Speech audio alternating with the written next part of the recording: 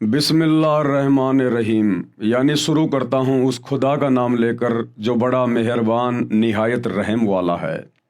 भाई और बहनों, वो बड़ा मेहरबान एकमात्र सुप्रीम गॉड वो अल्लाह कबीर कौन है, वर्तमान में कहाँ है, उसकी प्राप्ति कैसे होगी, कैसे हमारा मोक्ष होगा, इन तमाम बातों की जानकारी वर्तमान में विश्व के किसी भी मुसलमान भाई बंधुओं को नहीं है।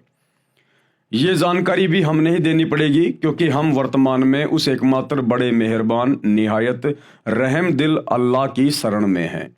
और वो अल्लाह आज धरती पर मनुष्य रूप में, दरवेश रूप में, संत रूप में आया हुआ है। तो चलिए शुरू करते हैं उसी अल्लाह के नाम से। परम पिता परमात्मा, सारी सृष्टि के रचनहार, कुल मालिक, असंख्य ब्रह्मांडों के स्वामी, जगत गुरु, तीनों लोकों में प्रवेश करके सबका भरण पोषण करने वाले, राजाधिराज, आत्माधार, नाथों के नाथ, देवों के देव महादेव, सर्वेश्वर, महेश्वर, मृत्युंजय, अजरो अमर, आदि अनादि, सनातनी प्रभु, जगत पिता जगदीश्वर, श्री श्री 1008 की उपाधि के वास्तविक अधिकारी, अकाल मूर्त, सौद स्वरूपी राम वासुदेव, सर्वगतम ब्रह्म, परम पूज्य, प्रथम पूज्य, परम संत, परम पुरुष, परम धनी, परम दयालु, सत्य कबीर, हक्का कबीर, अल्लाह कबीर, बाखबर अल्लाह ताला, जगत के तारणहार, जगत के मुक्तिदाता, जगत के जगन्नाथ, हारे के सहारे, हिंदुओं के राम, मुसलमानों के अल्लाह, सिखों के वाहिगुरु, ईसाइयों के मसीह, दया के सागर दया निधि, करुणा के सागर करुणा निधि, स्वयं भू परिभू, संकट मोचन, कष्ट हरण, मंगल करण, दुख भंजन, अविगत कबीर, निर्विकार निर्विषम परमात्मा, अलय अलेख सतगुरु, आदि अनादि सतगुरु, असली मर्यादा पुरुषोत्तम, असली राम, असली कृष्ण, असली घनश्याम, असली मुरारी, राजाओं के राजा, महाराजाओं के महाराजा, शहनशाहों के शहनशाह, सम्राटों के सम्राट, भगवानों के भगवान, अल्लाहों के अल्लाह, प्रभुओं के प्रभु, मसीहाओं के मसीह, सच्चे वाहिगुरु, बाबाओं के बाबा, पीरों के पीर, सेठों के सेठ, जगत सेठ, सावड़सा सेठ, सर्वगुण संपन्न, अनंत कोटि कलाओं के स्वामी, अनंत कोटि ब्रह्मांडों के नायक, योगियों में महायोगी, ध्यानियों में महाध्यानी, सिद्धों में परम सिद्ध, ज्ञानियों में तत्व ज्ञानी, ब्रह्म ज्ञानी, महाज्ञानी, परम ज्ञानी, सर्वश्रेष्ठ ज्ञानी, विज्ञानी, युवा कबीर, समरथ कबीर, असमवात, अमित ओजा, सच्चे रहनुमा, करीम अल्लाह, सुभान अल्लाह, दुनिया के अंतिम पैगंबर, 8 सितंबर 1951 से गांव धनाना, जिला सोनीपत, हरियाणा, भारतवर्ष की पावन भूमि पे प्रकट रियल कल की भगवान श्री नारायण साकार हरि, श्री बाबा साहेब नूर अनंत परमात्मा, संत शिरोमणि सतगुरु रामपाल जी परमेश्वर जी के चरण कमल में लाइव वीडियो देख रहे देश विदेश से आप और हम सभी भाई बहनों का अनंत कोटि दंडवत प्रणाम। भाई और बहनों, वो बड़ा मेहरबान निहायत रहम वाला अल्लाह कौन है? वो स्वयं आज संत रूप में भारतवर्ष की पावन भूमि पे प्रकट है और उनका पवित्र नाम है परमपिता परमेश्वर सतगुरु रामपाल जी। यही वो एकमात्र अल्लाह है, खुदा है, सुप्रीम गॉड है, जिसे वर्तमान में मुसलमान समाज के भाई बहनों ने ये कहकर रिजेक्ट कर रखा है कि अल्लाह दिखाई नहीं देता, अल्लाह कभी धरती पर मनुष्य रूप में नहीं आता, अल्लाह खाता नहीं, अल्लाह पीता नहीं, अल्लाह साकार नहीं है, अल्लाह तो बेचून है, निराकार है। ये केवल मुसलमान समाज के भाई बहनों की अपनी खुद की मनमानी थोड़ी है, जबकि कुरान शरीफ, कुरान मजीद चीख चीख के प्रमाण दे रही है, पवित्र बाइबल चीख चीख के प्रमाण दे रही है, चारों वेद और गीता जी चीख चीख के प्रमाण दे रहे हैं कि वो अल्लाह कबीर, वो सुप्रीम गॉड, सर्व का उत्पत्ति करता, सबका पालन पोषण करता, वो साकार है, निराकार नहीं है, वो नर आकार है, मनुष्य के जैसा है, और उसने सभी मनुष्यों को, स्त्री और पुरुषों को अपने जैसे स्वरूप में बनाया है। परमेश्वर हमारे जैसा है, हम परमेश्वर के जैसे हैं। तो ये गलती धर्म के ठेकेदारों की है, मुसलमान धर्म के मुल्ला मौलवियों की, काजियों की, हिंदू धर्म के आचार्य और शंकराचार्यों की, धर्म गुरुओं की, जो अपने धर्म के सदग्रंथों को सही प्रकार से समझ नहीं पाए, क्योंकि उन्हें कोई तत्वदर्शी संत नहीं मिला। और तत्वदर्शी संत वो अल्लाह कबीर स्वयं ही बन के आता है, और जब वो स्वयं यहाँ आकर इन ग्रंथों को पढ़ाता है तब इस जीव की बुद्धि ऑन होती है, ये सदग्रंथों में लिखी सच्चाई को पहचान पाता है। तो कमी रही हमारे धर्म के धर्म गुरुओं की, जिनको खुद ज्ञान नहीं था, भला आम समाज को, आम जनता को वे कहाँ से ज्ञानी बना देते। लेकिन आज उस एकमात्र अल्लाह, सुप्रीम गॉड, इबादई कबीरा, उन्होंने स्वयं धरती पर आकर अपना अनमोल तत्व ज्ञान देकर बच्चे बच्चे को विद्वान बना दिया, बच्चे बच्चे को।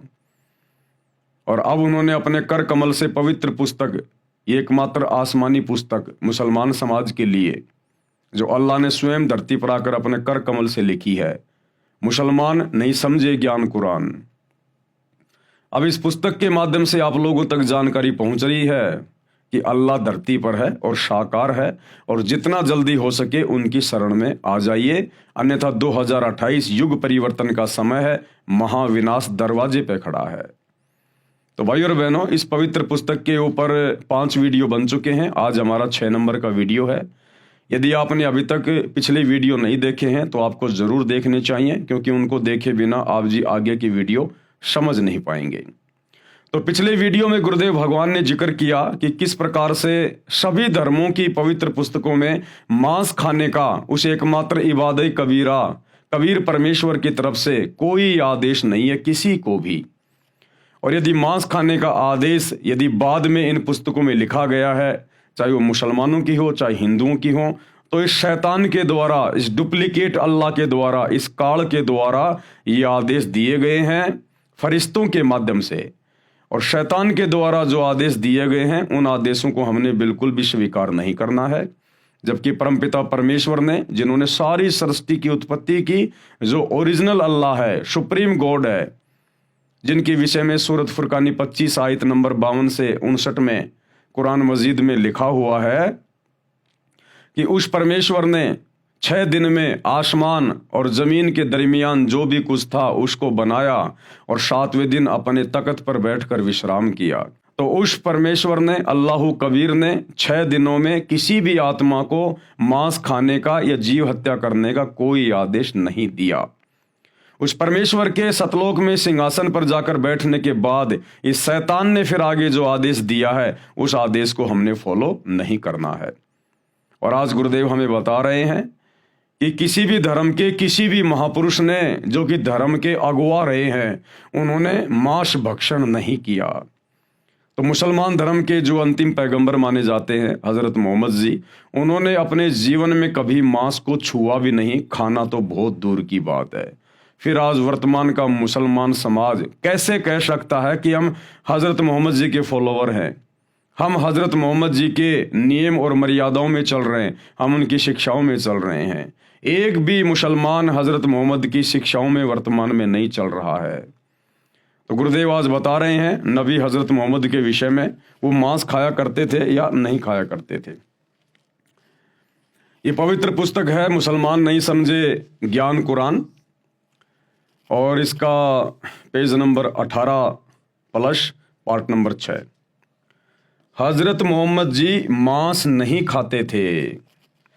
संत गरीबदास महाराज गांव छुडानी जिला झज्जर हरियाणा वाले ने अपनी अमृतवाणी में भी स्पष्ट किया है कि हजरत मोहम्मद जी तथा 1,80,000 जो आदम जी से मोहम्मद जी तक नबी हुए हैं, तथा मोहम्मद जी के उस समय अनुयायी मुसलमान थे, उन्होंने मांस नहीं खाया तथा गाय को बिस्मिल यानी हत्या नहीं किया। नबी हजरत मोहम्मद जी ने अपने जीवन काल में वो 63 वर्ष तक रहे, उसके बाद बीमारी से उनकी मृत्यु हुई। उन्होंने कभी भी अपने जीवन में मांस भक्षण नहीं किया, और ना ही हजरत आदम से लेकर हजरत मोहम्मद जी तक जो 1,80,000 पैगंबर हुए, नबी हुए, उन्होंने कभी किसी को मांस खाने का आदेश नहीं दिया, ना उन आत्माओं ने कभी मांस भक्षण किया।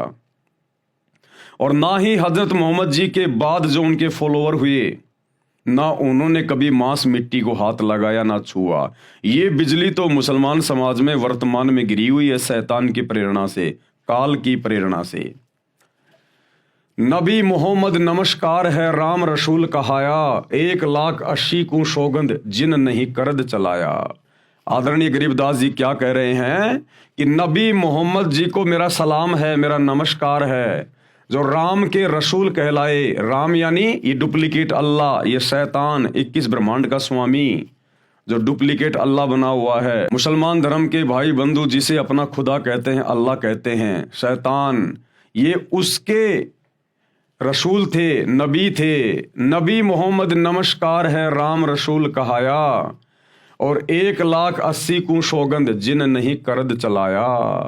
1,80,000 जितने भी नबी हुए हैं मुसलमान धर्म में, उन्होंने कभी भी छुर्रा नहीं चलाया, कभी किसी जीव की हत्या नहीं की उन्होंने। अरश कुरश में अलह तकत है, अरश कुरश यानी आसमान के अंतिम छोर, शतलोक में अल्लाह यानी उस परमेश्वर कबीर जी का सिंहासन है, तकत है। और खालिक बिन नहीं खाली, ये पूरी सृष्टि उस परमेश्वर की मौजूदगी के बिना खाली नहीं है। वे पैगंबर पाक पुरुष थे, वे जितने भी नबी हुए पैगंबर हुए वो तो बिल्कुल पवित्र आत्माएं थी। साहिब के अब्दाली वो परमात्मा के रसूल थे। भावार्थ, संत गरीबदास जी ने बताया है कि नबी मोहम्मद को मैं प्रणाम करता हूँ, वे तो परमात्मा के रसूल यानी संदेश वाहक थे। उनके 1,80,000 मुसलमान अनुयायी मोहम्मद जी के समय में हुए हैं। 1,80,000 नबी भी बाबा आदम से हजरत मोहम्मद जी तक हुए हैं। मैं गरीबदास जी कसम खाता हूँ कि उन्होंने 1,80,000 नबियों तथा अनुयायियों ने तथा हजरत मोहम्मद जी ने ज्ञान होने के बाद कभी किसी जीव पर करद यानी छुर्रा नहीं चलाया, अर्थात कभी भी जीव हिंसा नहीं की और मांस नहीं खाया। परमात्मा आसमान के अंतिम छोर यानी सभी ब्रह्मांडों के ऊपर के स्थान पर विराजमान है, शतलोक में, परंतु उसकी नजरों से कोई भी जीव छिपा हुआ नहीं है। वह सर्व जीवों को देखता है। वे पैगंबर हजरत मोहम्मद तथा अन्य पवित्र आत्माएं थे, वे परमात्मा के कृपया पात्र थे। हजरत मोहम्मद जी मुसलमान भाइयों को शिक्षा लेने की आवश्यकता है। आज जिस कदर मुसलमान धर्म में हरी सब्जियों की तरह मांस खाया जाता है, शैतान की प्रेरणा से, काल की प्रेरणा से जम के अपने कर्म फोड़े जा रहे हैं। हजरत मोहम्मद जी को आप अपना नबी मानते हैं, रसूल मानते हैं, आपने उनसे शिक्षा लेनी चाहिए। जब हजरत मोहम्मद जी को नबूवत मिली, जब वे पैगंबर मिले, अल्लाह के संदेश वाहक कहलाए, उसके बाद उन्होंने कभी जिंदगी में मांस नहीं खाया, छुआ भी नहीं उन्होंने कभी। उनको पता था कि मांस खाने वाला सीधा नरक में जाता है, अल्लाह का दोषी बनता है। लेकिन भाई और बहनों, शत भक्ति हजरत मोहम्मद जी को प्राप्त नहीं हो पाई। उनको परमात्मा कबीर जी, अल्लाह कबीर जरूर मिले थे जिंदा बाबा के रूप में, लेकिन हजरत मोहम्मद जी ने उनकी भक्ति को सही प्रकार से नहीं निभाया। और ये शैतान, ये डुप्लीकेट अल्लाह, उसने नबी मोहम्मद के ऊपर जो कुरान शरीफ की आयतें नाजिल की या करवाई फरिश्तों के माध्यम से, केवल उसी की साधना में, डुप्लीकेट साधना में लगा रहा, डुप्लीकेट अल्लाह की डुप्लीकेट साधना में लगा रहा, जिस कारण से वो आत्मा जन्नत में नहीं जा पाई, वो आत्मा मोक्ष प्राप्त नहीं कर पाई। और उस डुप्लीकेट अल्लाह की भक्ति करते करते अंत में हजरत मोहम्मद जी की बड़ी दुर्गति से मौत हुई, बड़ी दुर्गति से। अब ये विचार करने की बात है मुसलमान समाज के भाई बंधुओं के लिए, मुल्ला मौलवियों के लिए, कि हजरत मोहम्मद जी ने क्या किया। वो कितने पाक पुरुष थे जिन्होंने कभी मांस को छुआ भी नहीं, और आप लोग सातों दिन हरी सब्जियों की तरह मांस खाते हो। और जब हजरत मोहम्मद जी की ऐसी दुर्गति से मौत हुई, अंत में अकाल मृत्यु, मात्र 63 साल की उम्र में अकाल मृत्यु, तो सोचिए, आप लोग अल्लाह की इबादत तो छोड़ दीजिए, आप तो अपने नबी हजरत मोहम्मद जी की शिक्षाओं पर भी सही प्रकार से नहीं चल पा रहे, तो आप लोगों के साथ में क्या बीतेगी, आप कहां जाओगे जब आपके नबी जन्नत में नहीं जा पाए। एक छोटी सी झलक आप लोगों को दिखा देते हैं आप ही की धर्म की पुस्तक से, कि अंत समय में हजरत मोहम्मद जी के साथ में क्या हुआ था, ताकि आप लोगों को विश्वास हो जाए और आप भी हो सकता है ये कुकर्म करने से बचें। तो भाई और बहनों, ये पुस्तक है हजरत मोहम्मद सल्लल्लाहु अलैहि वसल्लम, मोहम्मद इनायतुल्लाह शुबानी, अनुवाद नसीम गाजी फलाही। ये ना मैंने लिखी है, ना मेरे गुरुदेव भगवान ने लिखी है, ये आप मुसलमान धर्म के भाई बहनों के द्वारा लिखी गई है। ये इनके टेलीफोन नंबर हैं। Madina Islamic book depot centre 273 Ramganj Bazar Jaipur, ये उनके मोबाइल नंबर हैं। मालिक अब्दुल मुजीब है, ये वहाँ से लाई गई है। मरकजी मकतबा इस्लामी पब्लिशर्स नई दिल्ली, ये पिन कोड नंबर हैं। कहाँ से छपी है, ये कॉपीराइट वगैरह सब कुछ देख सकते हैं। ये आपको इसलिए दिखाया जा रहा है ताकि आप लोगों को विश्वास हो कि वास्तव में हमारे धर्म की पुस्तकों में क्या लिखा है और हम लोग क्या साधना कर रहे हैं। तो ये हजरत मोहम्मद जी की जीवनी है और पेज नंबर 326 से आप इसको पढ़ सकते हैं। पेज नंबर 326 से। तकलीफ बहुत बढ़ गई, यानी अंत समय में हजरत मोहम्मद जी को इतनी ज्यादा तकलीफ हो गई, उनसे खड़ा भी नहीं हुआ जाता था। मात्र 63 साल की उम्र में, मात्र 63 साल की उम्र में उनकी अकाल मृत्यु हुई। अब सोचो भाई और बहनों, आप लोगों के साथ में क्या बीतेगी। अंत में ऐसी दुर्गति आपके नबी की हुई, उस डुप्लीकेट अल्लाह, उस शैतान की इबादत करने से, शैतान की इबादत करने के कारण, शत भक्ति को ठुकराने के कारण, जो ओरिजिनल अल्लाह उनको मिले थे, कबीर परमात्मा जिंदा बाबा के रूप में काबा में जब हजरत मोहम्मद जी हज करने गए थे, उनको वहां ओरिजिनल अल्लाह मिला था, जिंदा बाबा। जो तुम मुसलमान समाज के भाई कहते हो अल्लाह दिखाई नहीं देता, अल्लाह बोलता नहीं, अल्लाह चलता नहीं, वो अल्लाह उन्हें मिला था और अपने लोक में लेके गया था, सचखंड में लेके गया था। लेकिन हजरत मोहम्मद जी ने अस्वीकार कर दिया, क्योंकि यहां उनके बहुत ज्यादा फॉलोवर हो गए थे, उनके अंदर मान बढ़ाई छा गई थी, अहंकार आ गया था। तो परमेश्वर ने उनको वापस छोड़ दिया और उनको एक कलमा दे दिया, अल्लाहु कबीर, कि ए हजरत मोहम्मद, अगर कभी कोई आपत्ति आए तो तू ये कलमा पढ़ना, मैं तेरी मदद के लिए आऊंगा। उसके बाद पूरी जिंदगी हजरत मोहम्मद जी ने वही शैतान वाली इबादत की, वही शैतान वाली।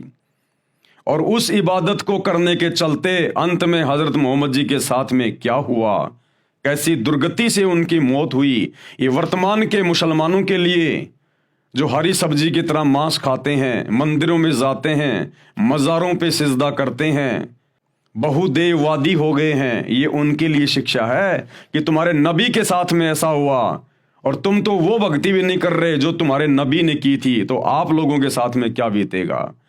तकलीफ बहुत बढ़ गई, बुखार इतना तेज हुआ कि पूरा शरीर जलने लगा। चहेती बेटी फातिमा रोज बाप की खिदमत में यानी सेवा में हाजिर होती। आप उन्हें देखकर शने से खड़े हो जाते, उन्हें चूमते और अपने पास बिठा लेते। आज बला की बेचैनी थी, उस दिन हजरत मोहम्मद को जबरदस्त बेचैनी थी, बड़ी पीड़ा हो रही थी, कमजोरी भी बहुत ज्यादा थी। हजरत फातिमा आई तो आप उठकर प्यार ना कर सके, अपनी बेटी को भी प्यार ना कर सके, इतने ज्यादा बीमार हो गए थे, उठने की हिम्मत भी नहीं थी, कमजोरी बहुत ज्यादा थी। हजरत फातिमा आई तो आप उठकर प्यार ना कर सके, वे पास आई, स्वयं उन्होंने आपको चूमा और पहलू में बैठ गई। बुखार इतना तेज था कि बार बार आप सलल बेहोश हो जाते। देख लो भाई और बहनों, शैतान की इबादत का नतीजा हजरत मोहम्मद के साथ में ये बीता, आप लोगों के साथ क्या होगा। पास ही एक बर्तन में ठंडा पानी था, आप उसमें हाथ डालते और चेहरे पर मलते, बेचैनी बहुत थी। ठीक उसी वक्त आपके होठ हिले और कानों में ये शब्द सुने, यहूदियों और ईसाइयों पर अल्लाह की लानत हो कि वे अपने पैगंबरों की कब्रों पर सजदे करने लगे। सोमवार की रात हुई तो बुखार कम हो गया, ऐसा लग रहा था मानो बुखार जाता रहा। बेचैनी नाम को न थी, तबीयत को बिल्कुल सुकून था।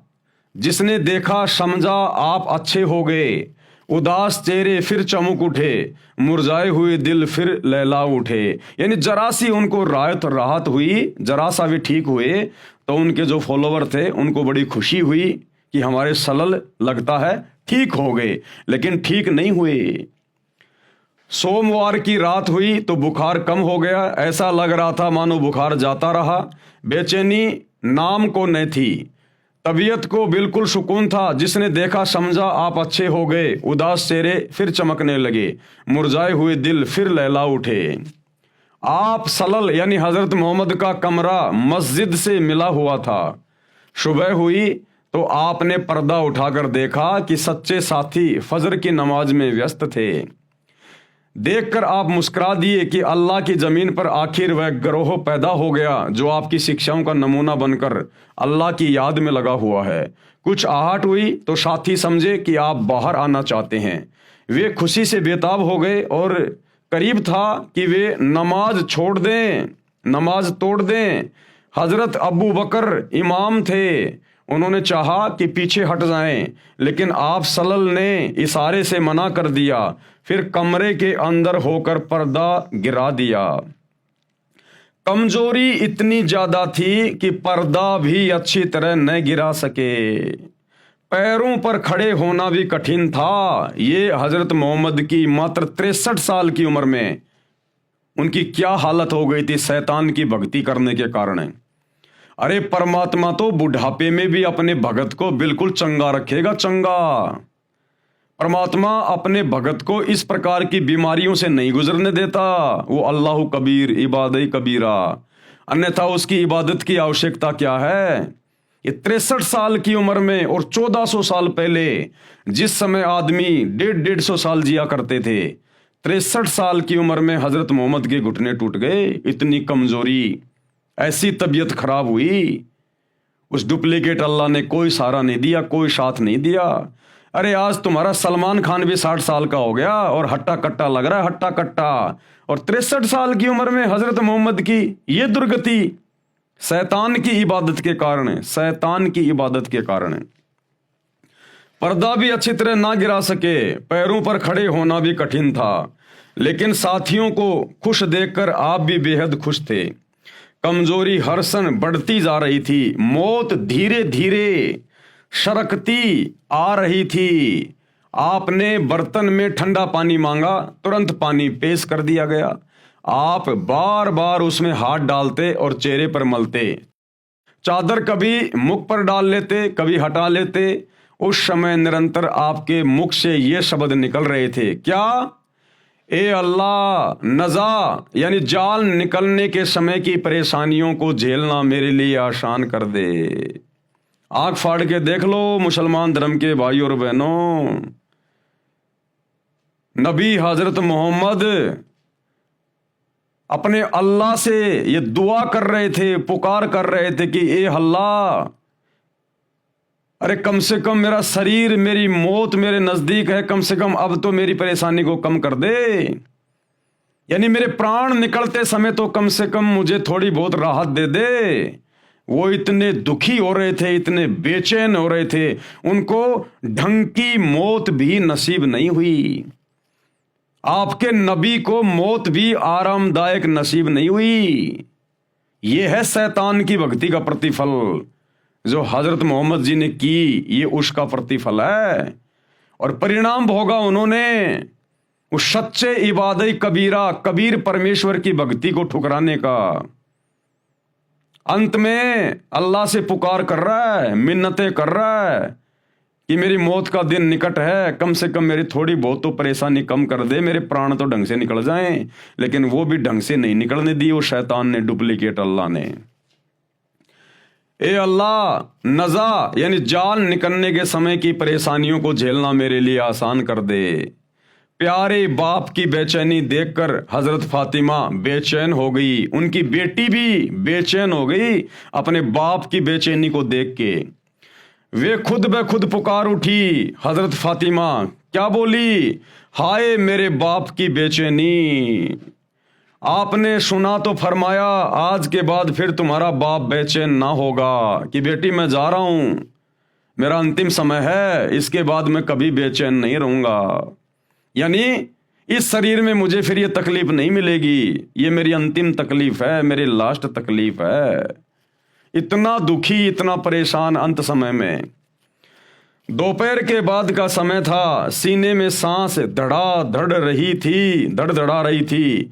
इतने में आप सल्लल यानी हजरत मोहम्मद के होठ हिले और कानों में ये आवाज़ आई, नमाज और गुलामों से अच्छा सलूक। फिर हाथ ऊपर उठे, आप सल्लल ने उंगली से इशारा किया और फिर फरमाया, अब और कोई नहीं, बस वही सबसे बड़ा साथी।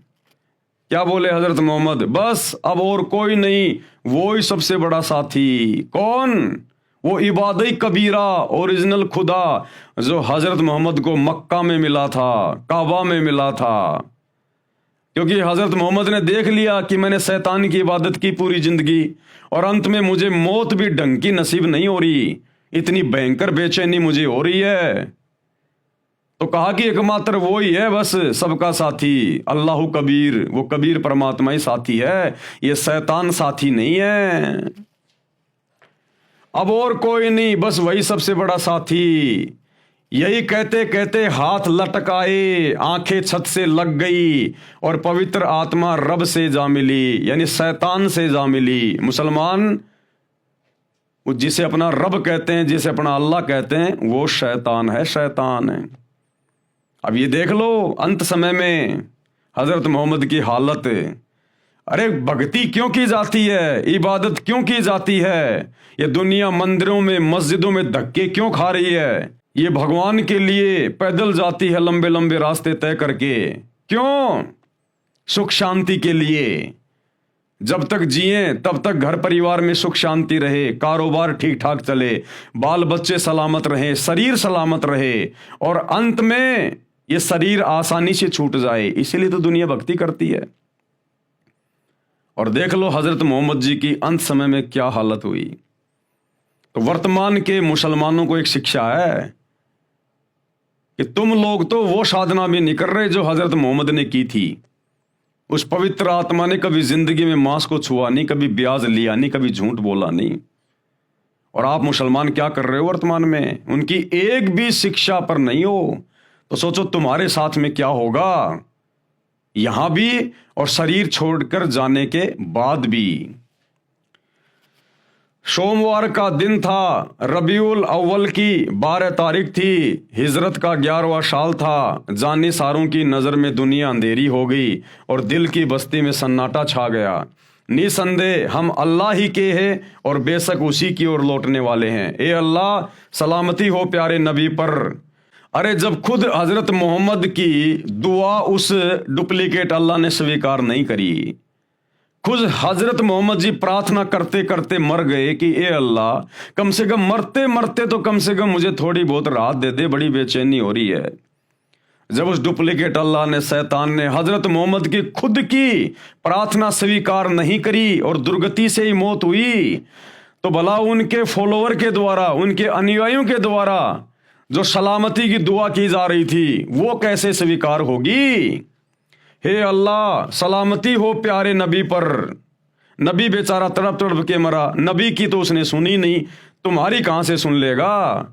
उनकी संतान पर और उनके सब साथियों पर इंतकाल के समय आप सल्लल्लाहु की उम्र 63 साल थी, मात्र 63 साल। अकाल मृत्यु हुई, अकाल मृत्यु। जबकि भक्ति करने वालों की, सच्चे खुदा की सच्ची इबादत करने वालों की, आजीवन मर्यादा में रहने वालों की कभी भी अकाल मृत्यु नहीं होती है। अंत समय में भगत की मौत ऐसे होती है जैसे पका हुआ आम का फल जरा सी हवा लगते पेड़ से नीचे गिर जाता है। तो अंत समय में भगतों की ऐसी मृत्यु होती है। दुनिया वालों की तरह हॉस्पिटल में तड़प तड़प के, एक्सीडेंट में इस प्रकार से मृत्यु नहीं होती, अन्यथा भक्ति की क्या आवश्यकता। लेकिन ये दुनिया जानती तो नहीं कि भक्ति क्या है, भगवान क्या है। अगर जानना है तो सतगुरु रामपाल जी के यूट्यूब पर सत्संग सुनना शुरू कर दो, जल्द से जल्द उनकी शरण में आ जाओ, वरना 2028 युग परिवर्तन का समय है। ये शैतान, ये काल जिसने नबी को नहीं बख्शा, ये वर्तमान के लोगों को कहां बख्शेगा जिनका कोई दीन धर्म नहीं है। अभी 2-3 दिन पहले थाईलैंड में, म्यांमार में भूकंप आया 7.7 रिएक्टर का। सैकड़ों बिल्डिंगें धराशायी हो गई, हजारों लोग अकाल मौत मर गए। आने वाले समय में 15-15 स्केल रिएक्टर के भूकंप आएंगे, 15-15। तब कहां जाओगे, किसको पुकारोगे? अरे थाईलैंड के मुसलमान क्या अल्लाह की भक्ति नहीं करते, क्या इबादत नहीं करते? ये शैतान किसी को नहीं बख्शता। जब नबियों को नहीं बख्शा तो औरों की क्या औकात है। इसलिए भाई और बहनों, ये आपकी आंखों के सामने है, ये प्रमाण आपको दिखा दिया गया है। मानो तो ठीक और ना मानो तो ठीक भाई, हमारा जो कर्म है वो हम कर रहे हैं। तो हजरत मोहम्मद जी ने कभी मांस को छुआ भी नहीं, और वर्तमान के मुसलमान आज 7 दिन मांस खाते हैं। तो भाई क्या होगा आप लोगों के साथ में। संत जंभेश्वर महाराज जी के विचार, यानी हजरत मोहम्मद जी को लेकर संत जंभेश्वर जी महाराज एक राजस्थान में संत हुए हैं, वो क्या कुछ कह रहे हैं। इसी बात की गवाही संत जंभेश्वर जी महाराज विष्णोई धर्म के प्रवर्तक ने दी है शब्द संख्या 12 में। महमद महमद न कर काजी, महमद का तो विषम विचारूं। महमद हाथ करद ना होती, लोहे घड़ी नसारू। महमद साथ पयंबर सीधा, 1,80,000। और महमद मर्द हलाली होता, तुम ही भये मुर्दाऊ। भावार्थ किया गुरुदेव ने। संत जंभेश्वर जी ने बताया है कि हे काजी, आप उस पवित्र आत्मा मोहम्मद जी का नाम लेकर जो गाय या अन्य जीवों को मारते हो, उस महापुरुष को बदनाम कर रहे हो। हजरत मोहम्मद जी के विचार बहुत नेक थे, आप उनके बताए मार्ग से भटक गए हैं। मोहम्मद जी के हाथ में करद यानी जीव काटने का छुर्रा नहीं था, जो लोहे के आयरन पर घण से कूट कर तैयार होता है। हजरत मोहम्मद के साथ 1,80,000 पवित्र आत्माएं मुसलमान अनुयायी थे।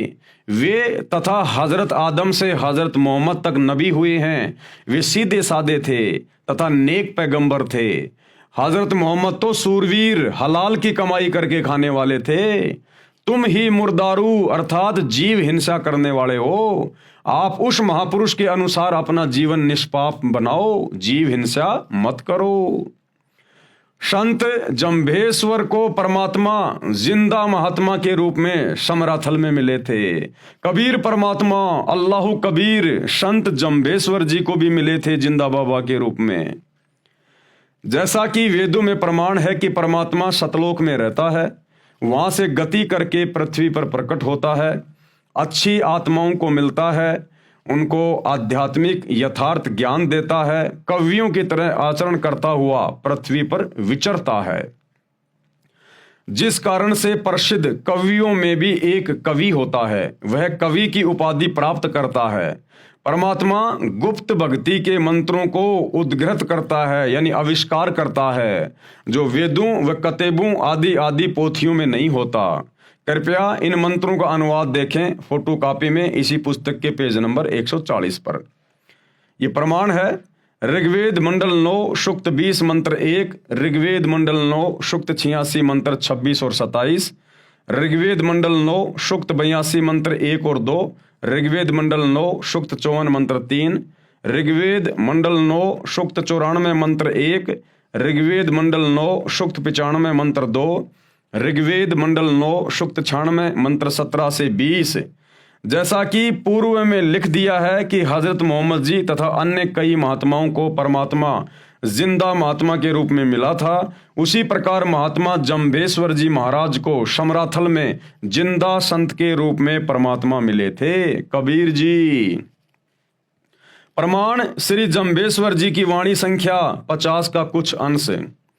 दिल दिल आप खुदाए बंद जाग्यो, सब दिल जाग्यो सोई। जो जिंदो हज काबे जाग्यो, थल सिर जाग्यो सोई। नाम विष्णु के मुश्किल गाल रे, ते काफिर शैतानी। हिंदू होय का तीर्थ नहावे, पिंड भरावे, ते पण रहा इवाणी।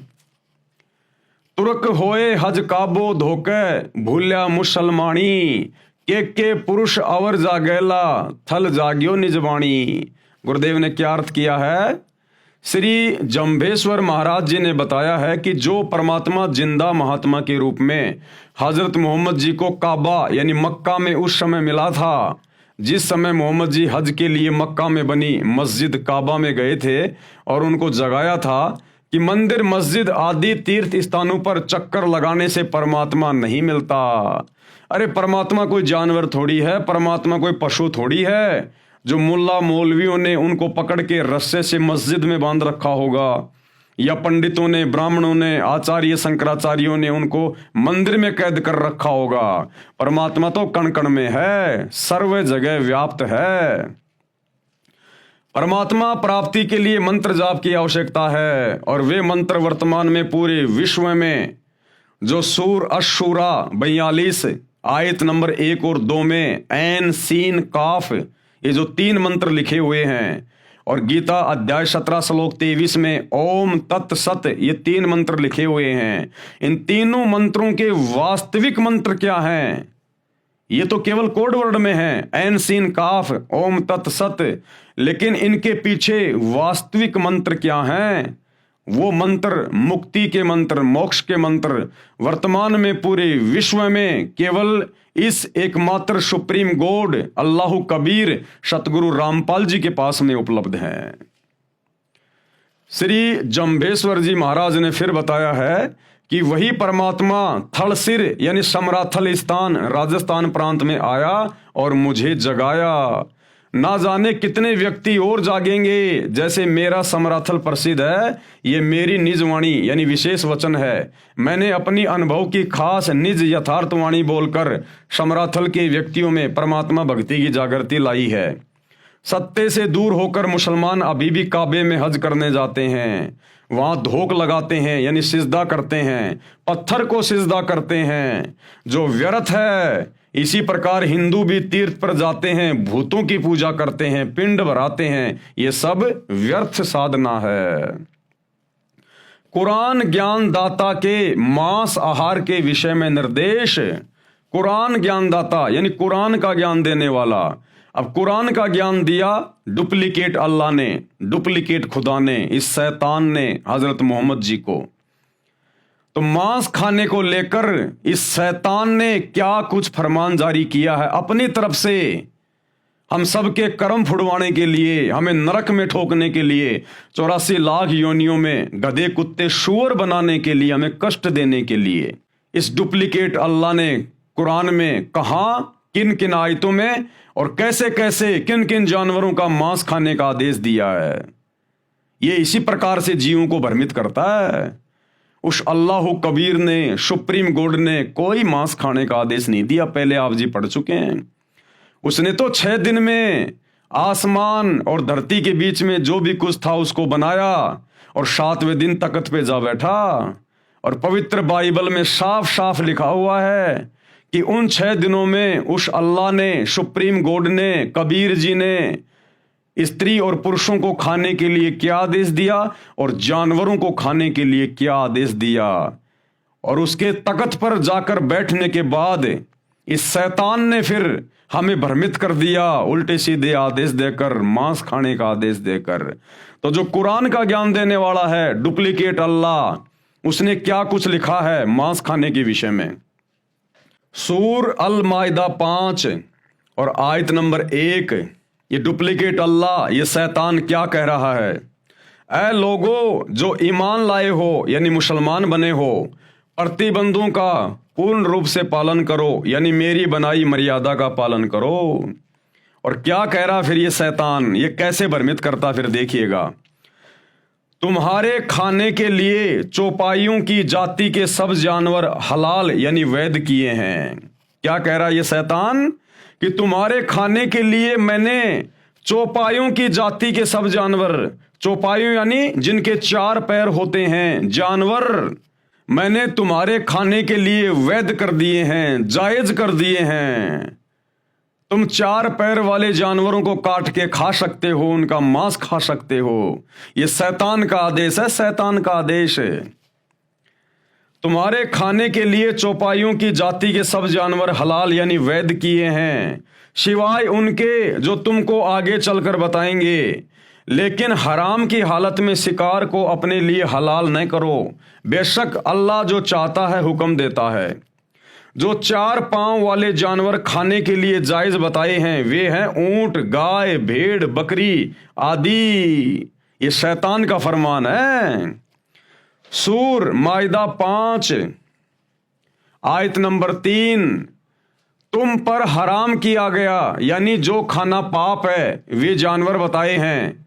मुर्दार, खून, सूअर का मांस, वे जानवर जो अल्लाह के सिवा किसी और के लिए ज़बह यानी मारा गया हो, उसको भोग लगा हो, किया गया हो, वह जो गला घुटकर या चोट खाकर या ऊंचाई से गिरकर या टक्कर खाकर मरा हो या किसी हिंसक जानवर ने फाड़ा हो, सिवाय उसके जिसे तुमने जीवित पाकर ज़बह न किया हो, वह किसी स्थान पर ज़बह किया गया हो, यानी जिस स्थान पर अन्य देवी देवताओं की मूर्ति हो, और ये भी तुम्हारे लिए नाजायज़ है, और 500 यानी टोस डाल करके उनके द्वारा अपना भाग्य मालूम करो। ये सारे उपरोक्त काम आदेश उल्लंघन के हैं। ये सारे के सारे आदेश शैतान के हैं, शैतान के। 6 दिन में सृष्टि रचकर वो इबादई कबीरा सुप्रीम कोर्ट तो तख्त पे जाके बैठ गया सिंहासन पर सतलोक में। उसके बाद ये आदेश शैतान के हैं, मांस खाने के, परमात्मा के आदेश नहीं हैं। सूरा अल मोमिन 40 आयत नंबर 79, अल्लाह ही ने तुम्हारे लिए चौपाए बनाए हैं ताकि इनमें से किसी पर तुम सवार हो और किसी का गोश्त यानी मांस खाओ। ये शैतान का आदेश है। अल्लाह ने तो ये कहा था कि इस पृथ्वी पर जितने भी जीव जंतु हैं, हे इंसान, तुम उनके ऊपर अपना अधिकार रखना। अधिकार रखने का मतलब कि हे इंसान, जो मैंने तुझे बनाया है नर और नारी करके, तेरे को मैंने विशेष बुद्धि बख्शी है। ये बुद्धि, ये दिमाग अन्य जीव जंतुओं को नहीं है जितनी तुझे है। इसलिए तू अपनी मेहनत करके, अपना पुरुषार्थ करके अपनी रोजी रोटी का बंदोबस्त करना। और तेरे खाने के लिए मैंने जितने भी छोटे छोटे बीज वाले पेड़ हैं और बड़े बड़े जो फल हैं मैंने वो दिए हैं। और तू इन जानवरों पे अधिकार रखना। अधिकार रखने का मतलब है जैसे हम अपने घरों पर गाय रखते हैं, भैंस रखते हैं, तो हमने उनके ऊपर अपना अधिकार किया। हमने उनको समय पे खाना खिलाया, चारा खिलाया, पानी पिलाया, तो वो गाय फिर हमें दूध देती है। दूध से तरह तरह की मिठाइयाँ बनती है, पौष्टिक भोजन बनता है। उस गाय भैंस का गोबर हमारे खेतों में खाद के रूप में काम आता है। वो गाय भैंस हमारे को वो बच्चा देती है, फिर वो खेतों में हल जोतने के काम में आता है। और मरने के बाद उसकी चमड़ी काम आती है पैर के जूते बनाने के लिए। परमेश्वर ने ये नहीं कहा कि तुम जानवरों को खाना, काटना, ये नहीं कहा, केवल अधिकार के लिए कहा है। अब जैसे कोई व्यक्ति किसी हॉस्टल में अपने बच्चे को शहर में एडमिशन दिलवा के आ जाए, भाई माता पिता तो 24 घंटे बच्चे के पास रह नहीं सकते, उन्होंने तो गांव में आके अपना काम भी करना है। और बच्चे को कॉलेज में एडमिशन दिलवा दिया और रहने के लिए हॉस्टल में छोड़ के आ गए। और हॉस्टल का जो वार्डन होता है उसको कह दिया कि हम हमारा बच्चा आपके हवाले कर रहे हैं, आप हमारे बच्चे पे अधिकार रखना।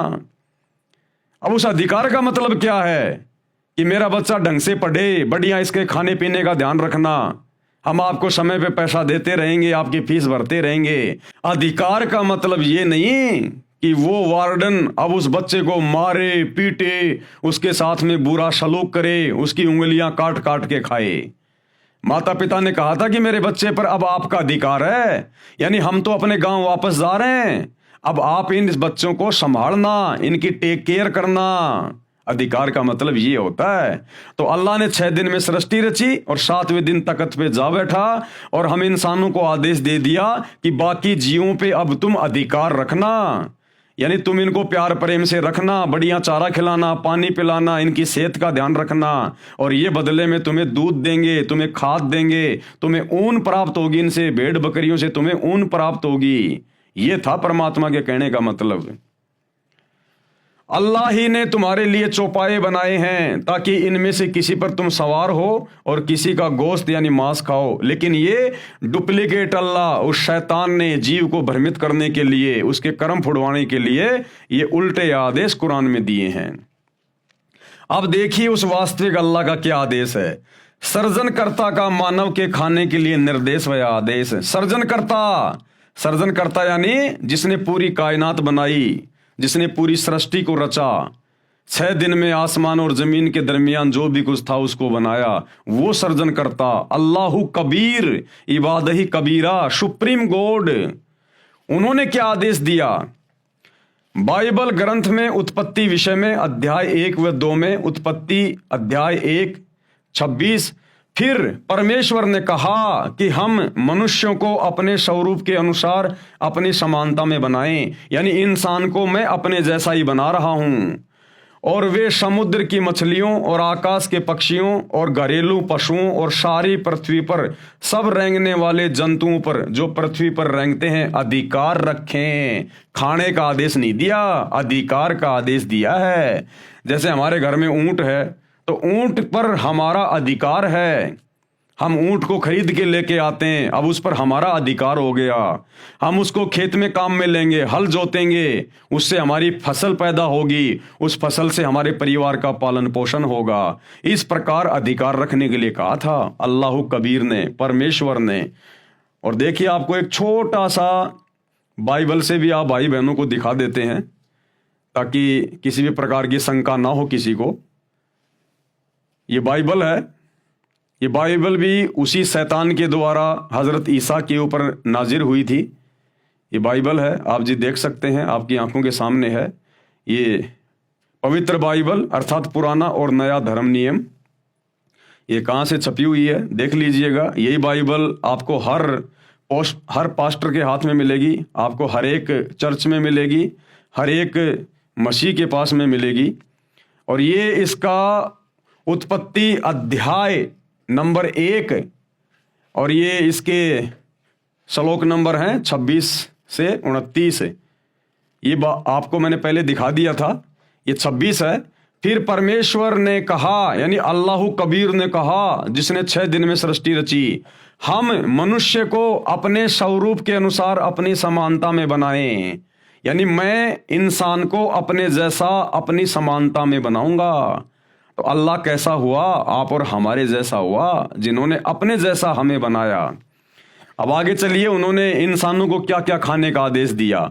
ये वचन नंबर 29, फिर परमेश्वर ने उनसे कहा, सुनो, जितने बीज वाले छोटे छोटे पेड़ सारी पृथ्वी के ऊपर हैं, जितने बीज वाले छोटे छोटे पेड़, इंसानों को कहा परमेश्वर ने, जब नर और नारी करके उनको उत्पन्न किया, फिर उनको खाने के लिए क्या आदेश दिया कि सुनो, पृथ्वी पर बीज वाले जितने भी छोटे छोटे पेड़ पौधे हैं, यानी जौ, ज्वार, मक्का, बाजरा, गेहूं, ये अन्न बीज वाले छोटे छोटे पेड़ हैं। और जितने वृक्षों में बीज वाले फल होते हैं, यानी सेब, संतरा, अंगूर, आम, वे सब मैंने तुमको दिए हैं, वे तुम्हारे भोजन के लिए हैं। ये खाने का आदेश दिया था उस कबीर अल्लाह ने, ना कि मांस खाने का आदेश दिया था। और जानवरों के लिए भी परमात्मा ने आदेश दिया। और जितने पृथ्वी के पशु और आकाश के पक्षी और पृथ्वी पर रेंगने वाले जंतु हैं, जिनमें जीवन का प्राण है, यानी जिनमें आत्मा है, उन सब के खाने के लिए सब हरे हरे छोटे पेड़ दिए हैं। इन जानवरों के लिए, जीव जंतुओं के लिए, इनको खाने के लिए छोटे छोटे पेड़ पौधे दिए हैं, हरे भरे। ये आदेश है अल्लाह कबीर का। उन्होंने तो जानवरों को भी मांस खाने का आदेश नहीं दिया, लेकिन शैतान की प्रेरणा से, शैतान के प्रभाव से आज इंसान भी जानवर से बदतर हो गया, जानवर से बदतर। इसलिए भाइयों बहनों, ये आपत्तियां आने वाले समय में 2028 जो युग परिवर्तन का दौर है, ये ऐसे इंसानों को झेलनी पड़ेंगी जो उस परमेश्वर के वचन को तोड़कर और शैतान के वचन को ज्यादा महत्व दे रहे हैं। अधिकार रखने से तात्पर्य है कि मानव अन्य प्राणियों से बुद्धिमान बनाया है, जो सब प्राणियों को काबू कर सके। इनको खाने का निर्देश नहीं है। जैसे सर्कस में शेर भी होते हैं, हाथी भी होते हैं, चीता भी होता है, भालू भी होते हैं। तो सर्कस वाला क्या करता है, उसने उन सब के ऊपर अपना अधिकार कर लिया और अब उनसे खेल दिखा दिखा के वो 2 पैसे कमा रहा है। तो अधिकार का मतलब ये होता है कि तुम उनकी टेक केयर करो और वो तुम्हें फायदा पहुंचाएं, नफा पहुंचाएं। और खाने के लिए परमात्मा ने सबको ये छोटे छोटे बीज वाले पेड़, फल, ये आदेश दिया परमात्मा ने, किसी जीव की हत्या करने का नहीं दिया।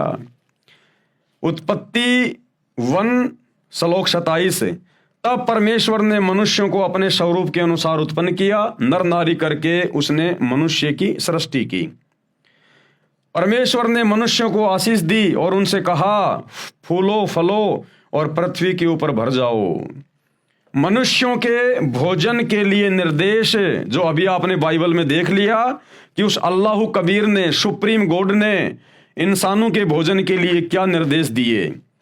उत्पत्ति अध्याय 1 श्लोक 29, फिर परमेश्वर ने उनसे यानी मनुष्यों से कहा, सुनो, जितने बीज वाले छोटे छोटे पेड़ सारी पृथ्वी के ऊपर हैं, यानी बाजरा, ज्वार, गेहूं, चावल, चना, मक्का, काजू, बादाम, पिस्ता आदि आदि, और जितने वृक्षों में बीज वाले फल होते हैं, आम, अमरूद, जामुन, केले, अंगूर, वे सब मैंने तुमको दिए हैं, वे तुम्हारे भोजन के लिए हैं। अभी आपने बाइबल में देख लिया।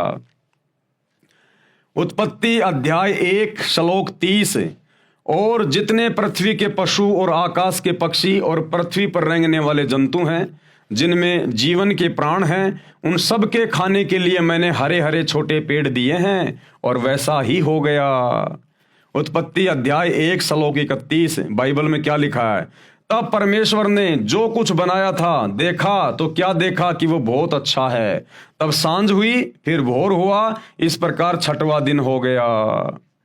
उत्पत्ति अध्याय 2 और आगे ये श्लोक नंबर 2, यों आकाश और पृथ्वी और उसकी सारी सेना का बनाना समाप्त हो गया, और परमेश्वर ने अपना काम जिसे वह करता था 7वें दिन समाप्त किया, और उसने अपने किए हुए सारे काम से 7वें दिन विश्राम किया। यानी वो कबीर परमात्मा अपने सतलोक के सिंहासन पर जा बैठा। उत्पत्ति अध्याय 2 श्लोक 3, और परमेश्वर ने 7वें दिन को आशीष दी तथा पवित्र ठहराया, क्योंकि उसमें उसने सृष्टि की रचना के सारे काम से विश्राम किया।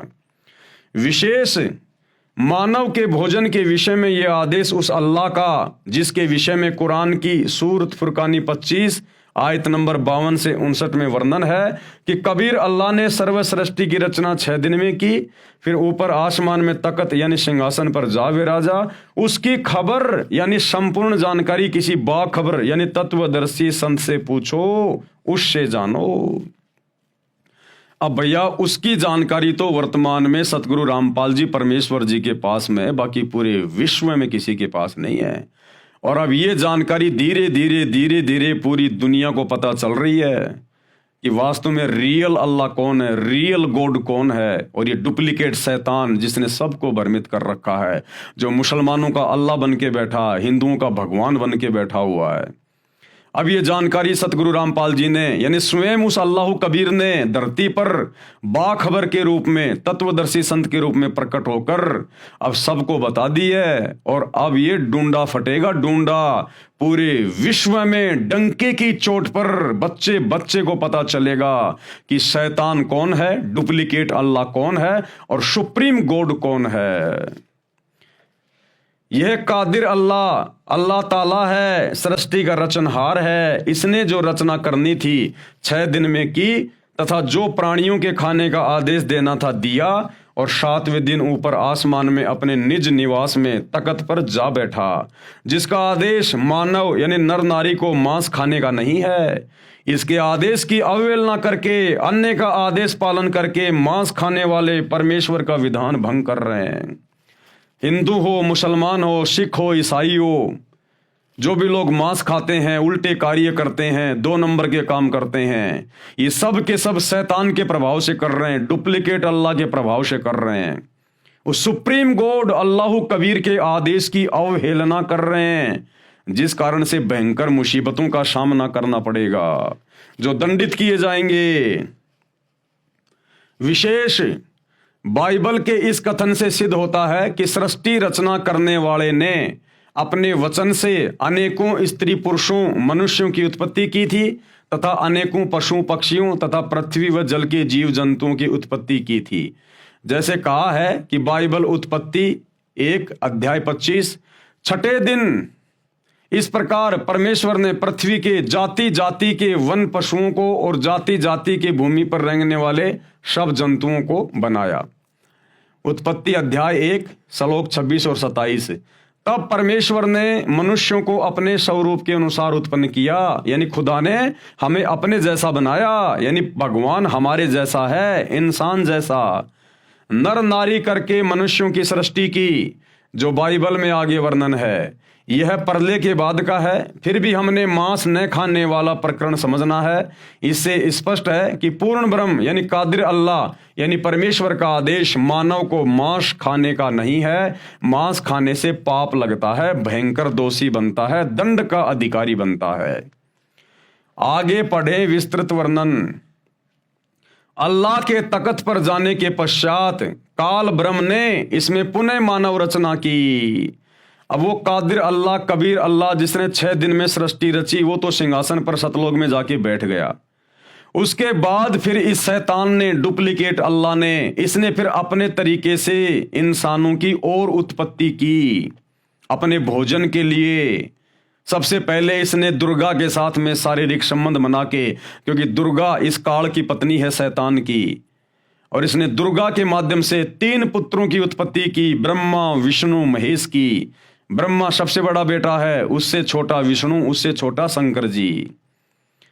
इन तीनों की उत्पत्ति करके ये काल, ये शैतान अपने 21वें ब्रह्मांड में ब्रह्मलोक में जाके बैठ गया गुप्त, और कहा कि दुर्गा अब मैं किसी को दर्शन नहीं दूंगा, और इन तीनों बेटों के माध्यम से तू मेरे भोजन का बंदोबस्त कर, आगे सृष्टि की उत्पत्ति करवा, नर और नारी पैदा करवा, और मेरे भोजन का इंतजाम करो, क्योंकि इसको प्रतिदिन 1 लाख मनुष्य शरीरधारी स्त्री पुरुषों को खाने का आदेश मिला हुआ है, श्राप लगा हुआ है इसको परमात्मा की तरफ से।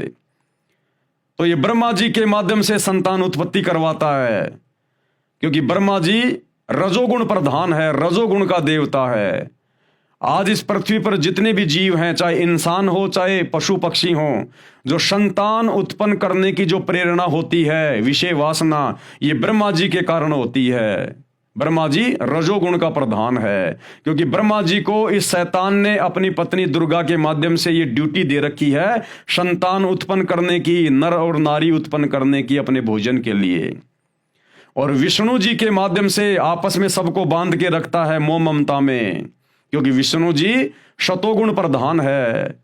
और फिर शंकर जी के माध्यम से लड़ाई झगड़ा करवा के, मार पिटाई करवा के, एक्सीडेंट में जैसे भी है, फिर ये लोगों की मृत्यु करवाता है, क्योंकि शंकर जी तमोगुण के प्रधान देवता हैं। अल्लाह के यानी उस कबीर परमेश्वर के तख्त पर जाने के बाद काल ब्रह्म ने यानी शैतान ने इसमें दोबारा मानव रचना की। उसका वर्णन आगे है। काल ब्रह्म ने अपने तीनों पुत्रों ब्रह्मा, विष्णु तथा शिव को यहाँ का संचालक बनाया है। कर्मों के अनुसार फल देना इसके अधिकार में दिया है, और स्वयं ये गुप्त रहता है। ये शैतान किसी के सामने नहीं आता, खुद ये अपने 21वें ब्रह्मांड में जाके बैठ गया, गुप्त रहता है। आगे इस पवित्र ग्रंथ बाइबल में कहीं पर मांस खाने का निर्देश है, वह उस पूर्ण ब्रह्म कंप्लीट गॉड का नहीं है। इसी प्रकार यदि पवित्र बाइबल में या पवित्र कुरान में कहीं भी मांस खाने का आदेश है, तो वह पूर्ण ब्रह्म कादिर अल्लाह का नहीं है, वह हमने नहीं मानना है। सूक्ष्म वेद यानी कलाम एक कबीर में कादिर अल्लाह का निर्देश। अब सूक्ष्म वेद में यानी कबीर सागर में और गरीबदास जी के सदग्रंथ साहिब में उस कलाम कबीर यानी अल्लाह कबीर सुप्रीम गॉड का क्या आदेश है। हजरत मोहम्मद जी जिस साधना को करता था वही साधना अन्य मुसलमान समाज भी कर रहा है। वर्तमान में सब मुसलमान श्रद्धालु मांस भी खा रहे हैं, परंतु नबी मोहम्मद जी ने कभी मांस नहीं खाया, तथा न ही उनके सीधे अनुयायियों 1,80,000 ने मांस खाया। केवल रोजा व बंग तथा नमाज किया करते थे, गाय आदि को बिस्मिल यानी हत्या नहीं करते थे। नबी मोहम्मद नमस्कार है राम रसूल कहाया, और 1,80,000 को सौगंध जिन नहीं करद चलाया। अरश कुरश में अलय तकत है, खालिक बिन नहीं खाली। और वो पागंबर पाक पुरुष थे साहिब के अब्दाली, कि नबी हजरत मोहम्मद और उनके फॉलोवर तो बहुत ही पाक थे, पवित्र थे, उन्होंने कभी मांस को छुआ तक नहीं। भावार्थ, नबी मोहम्मद तो आदरणीय हैं जो प्रभु के अवतार कहलाए हैं, यानी शैतान के। कसम है 1,80,000 पैगंबर हुए हैं, तथा जो उनके अनुयायी थे उनको कसम है कि उन्होंने कभी बकरे, मुर्गे तथा गाय आदि पर करद नहीं चलाया, अर्थात जीव हिंसा नहीं की तथा मांस भक्षण नहीं किया। वे हजरत मोहम्मद, हजरत मूसा, हजरत ईसा आदि पैगंबर संदेश वाहक तो पवित्र व्यक्ति थे तथा ब्रह्म यानी ज्योति निरंजन काल के कृपा पात्र थे। परंतु जो आसमान के अंतिम छोर शतलोक में पूर्ण परमात्मा अल्लाहु अकबर अर्थात अल्लाह कबीर है, उस सृष्टि के मालिक की नजर से कोई नहीं बचा है। यानी वो कादिर अल्लाह, समर्थ अल्लाह, अल्लाहु कबीर, वो भैया 7वें आसमान पर यानी शतलोक में अपने तख्त पर सिंहासन पर बैठकर सबको देख रहा है। और फिर जो जैसा करेगा उसी के अनुसार फिर वो उसके कर्म लिखता है और उसी के अनुसार फिर जीव को भोगना पड़ता है। तो उस कादिर अल्लाह का जो 7वें दिन तख्त पे जा बैठा, कबीर, जो वर्तमान में सतगुरु रामपाल जी के रूप में धरती पे प्रकट है, उन्होंने कभी किसी को मांस खाने का आदेश नहीं दिया। और फिर भी यदि ये इंसान, चाहे हिंदू हो, मुसलमान हो, सिख हो, ईसाई हो, पूरे विश्व का, यदि फिर भी ये मांस खाता है, आधी अधूरी भक्ति साधना करता है, मंदिर, मस्जिद, चर्च, गुरुद्वारों में धक्के खा रहा है, तो फिर वो उस अल्लाह के द्वारा दंडित किया जाएगा, दंडित। मारी गऊ शब्द के तीरम, ऐसे थे मोहम्मद पीरम। शब्द फिर जीवाई हंसा राख्या, मांस नहीं बाख्या, ऐसे पीर मोहम्मद भाई। यानी एक बार हजरत मोहम्मद जी ने अपनी वचन शक्ति से, अपने शब्द से एक जिंदा गाय को मार दिया। तलवार से नहीं मारा, अपने वचन से मारा, अपनी शब्द शक्ति से मारा। और उसके बाद जब वो गाय को जिंदा करने लगे तो गाय जिंदा नहीं हो पाई, उनकी बैटरी डिस्चार्ज हो गई, शब्द शक्ति नहीं रही। अब हजारों आदमी देखने वाले, पैगंबर की बेइज्जती हो रही है, पैगंबर के अनुयायी खड़े हैं, गाय जिंदा हो नहीं रही, सारे जंतर मंत्र बोल ली हजरत मोहम्मद ने। अब देखा ये तो बात बिगड़ जाएगी। उस समय हजरत मोहम्मद जी ने जो जिंदा बाबा के रूप में उनको काबा में वो कबीर परमात्मा मिला था, उनको याद किया, गुफा में जाके रो रो के अल्लाहु कबीर, अल्लाहु कबीर।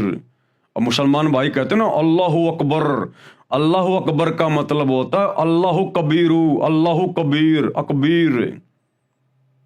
उसको जाके याद किया, क्योंकि जिंदा बाबा के रूप में कबीर परमात्मा ने हजरत मोहम्मद को ये मंत्र दिया था, ये कलमा दिया था कि तू इसका जाप किया कर, अल्लाहु कबीर, अल्लाहु कबीर। तब उसने वहां जाकर उस अल्लाहु कबीर को याद किया, तब वो कबीर परमात्मा हजरत मोहम्मद जी के सामने प्रकट हुआ, उसी जिंदा बाबा के रूप में, केवल उन्हीं को दिखाई दे रहा था।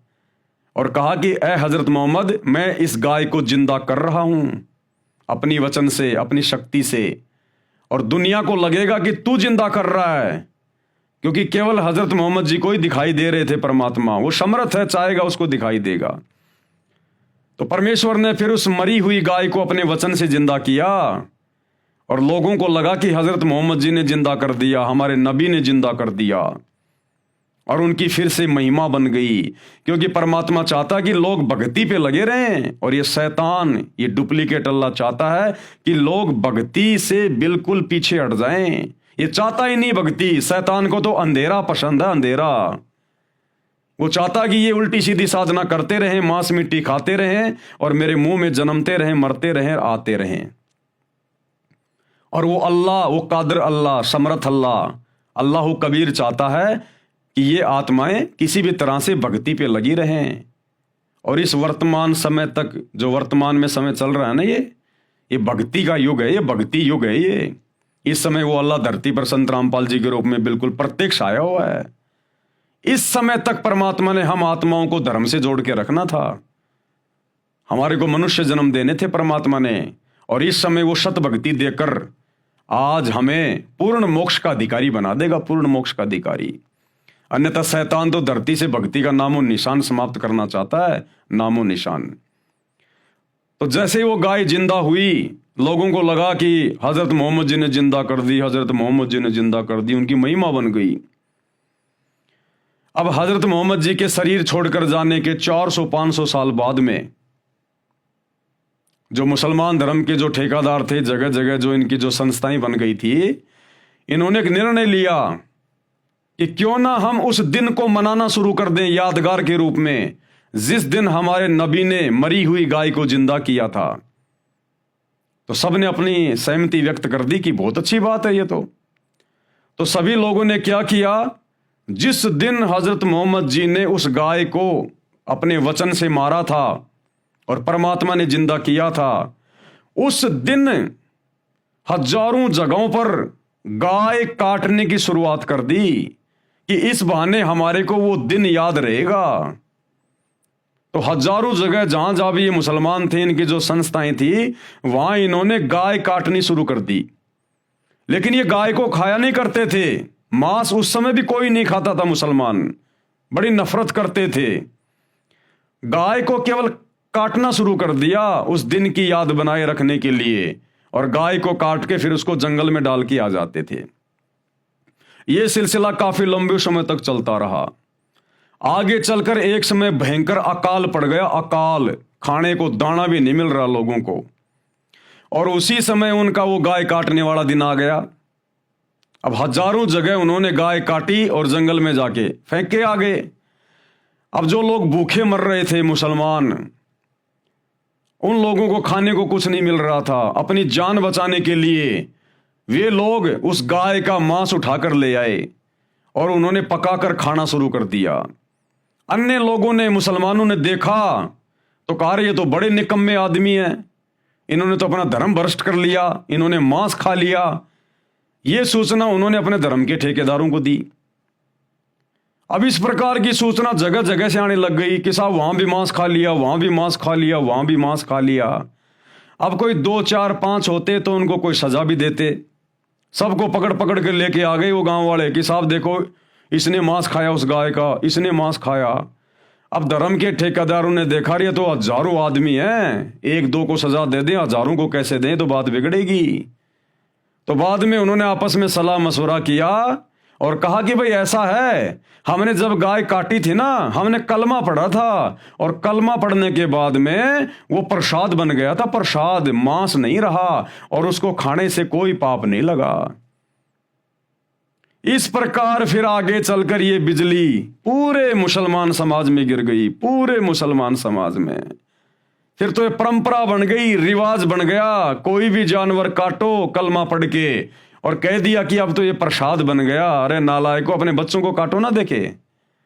अगर ये कलमा पढ़ने से अगर मांस अगर प्रसाद बन रहा है और उसकी रूह जन्नत में जा रही है, ये मुल्ला मौलवी जब ये काटते हैं ये कलमा पढ़ के किसी भी जानवर को, तो कहते हैं हे अल्लाह, इसकी रूह को, इसकी आत्मा को जन्नत में जगह देना। जैसे अल्लाह इनके बाप का नौकर है कोई, जो जैसा ये कहेंगे अल्लाह वैसा ही करेगा।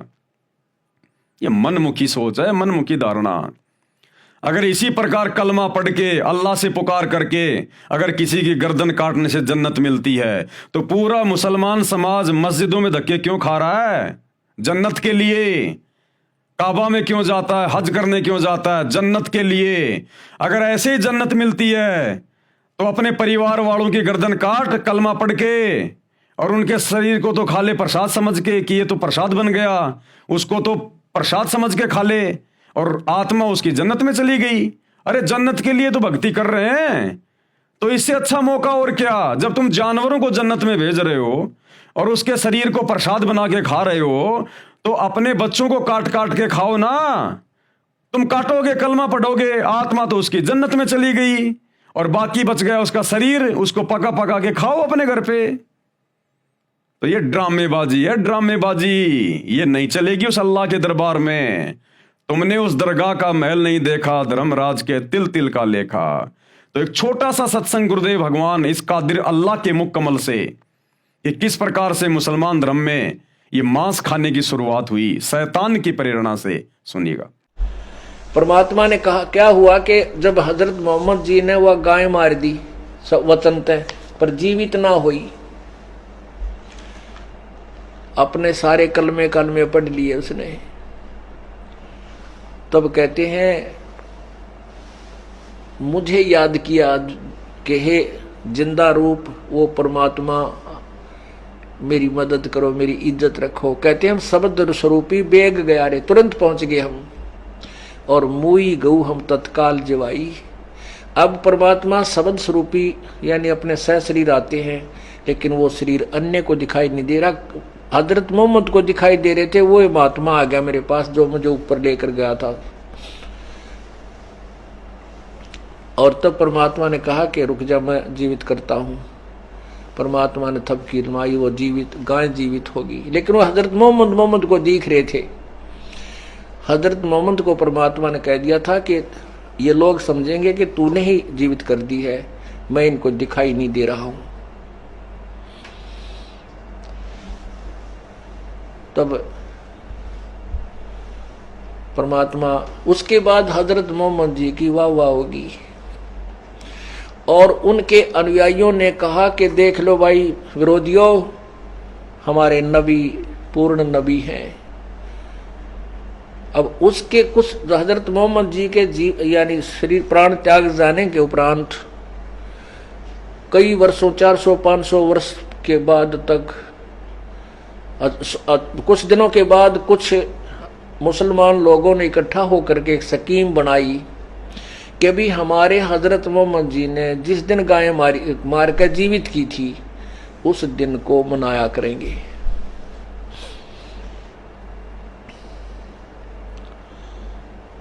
अब सब ने सहमति दे दी, भाई भूलना पड़ा यह बात तो ठीक है। तो वो गाय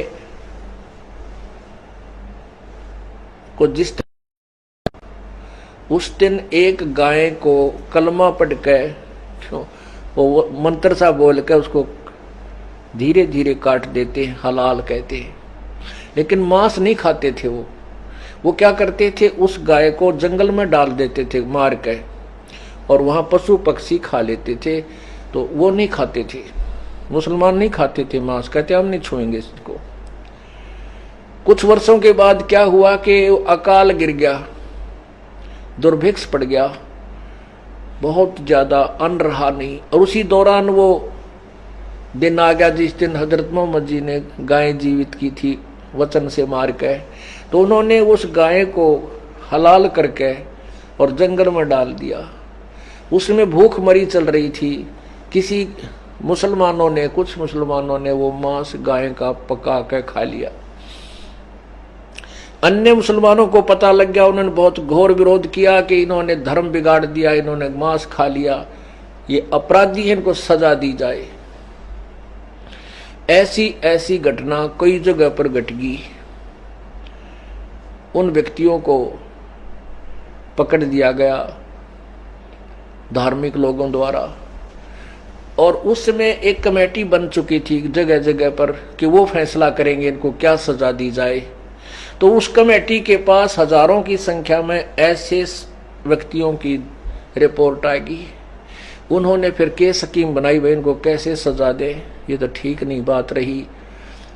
उन्होंने क्या स्कीम बनाई कि इनको कह दो कि कलमा पढ़ने से वो गाय का मांस पवित्र हो गया था, प्रसाद बन गया था, उसके खाने से इनको अपराध नहीं लगा। अब वो स्टेटमेंट उनकी सुन ली तो सभी उनको छोड़ दिया, भाई तो प्रसाद बन गया था इसलिए खा लिया, तो कोई दोष नहीं। उसके बाद यह बिजली गिर गई मुसलमान धर्म में, ये मांस खाने लाएंगे कि तो पवित्र हो गया, प्रसाद बन गया, घर घर बांटन लाएंगे। ये परमात्मा ये सारे खेल यू काल करवावे हैं। अब क्या जरूरत थी उन्हें वो दिन मनाने की, ये दिन ना मनाते थे या बुराई इस पवित्र धर्म में नहीं घुसती, और ये कम से कम घोर पाप तो बचे रहते। तो भाई और बहनों, ये बहुत ही गलत परंपरा ये मुसलमान समाज में शैतान की प्रेरणा से चली हुई है। उस कादिर अल्लाह का कोई मांस खाने का आदेश नहीं है। तो कहते मारी गऊ शब्द के तीरम, ऐसे थे मोहम्मद पीरम। और शब्दें फिर जीवाई हंसा, राख्या मांस नहीं बाख्या, ऐसे पीर मोहम्मद भाई। एक समय नबी मोहम्मद ने एक गाय को शब्द यानी वचन सिद्धि से मारकर सबके सामने जीवित कर दिया था। यानी करने वाले तो अल्लाह थे, लेकिन महिमा उन्हीं को दी गई है। उन्होंने गाय का मांस नहीं खाया। अब मुसलमान समाज वास्तविकता से परिचित नहीं है। जिस दिन गाय जीवित की थी उस दिन की याद बनाए रखने के लिए गऊ मार देते हो। आप जीवित नहीं कर सकते तो मारने के भी अधिकारी नहीं हो। ऐ मुसलमानों, ऐ मुल्ला मौलवियों, अगर तुम गाय को जीवित करने के अधिकारी नहीं हो तो तुम मारने के भी अधिकारी नहीं हो। तुम कहते हो कि हमारे नबी ने गाय को मार दिया था, तो तुम्हारे नबी ने तो गाय को जीवित भी कर दिया था। तुम करके दिखाओ ना। अगर तुम जीवित करने के अधिकारी नहीं हो तो फिर तुम किसी को मारने के भी अधिकारी नहीं हो। आप मांस को प्रसाद रूप जानकर खाते तथा खिलाते हो। आप खुद भी पाप के भागी बनते हो तथा अपने अनुयायियों को भी गुमराह कर रहे हो। आप दोजक यानी नरक के पात्र बन रहे हो।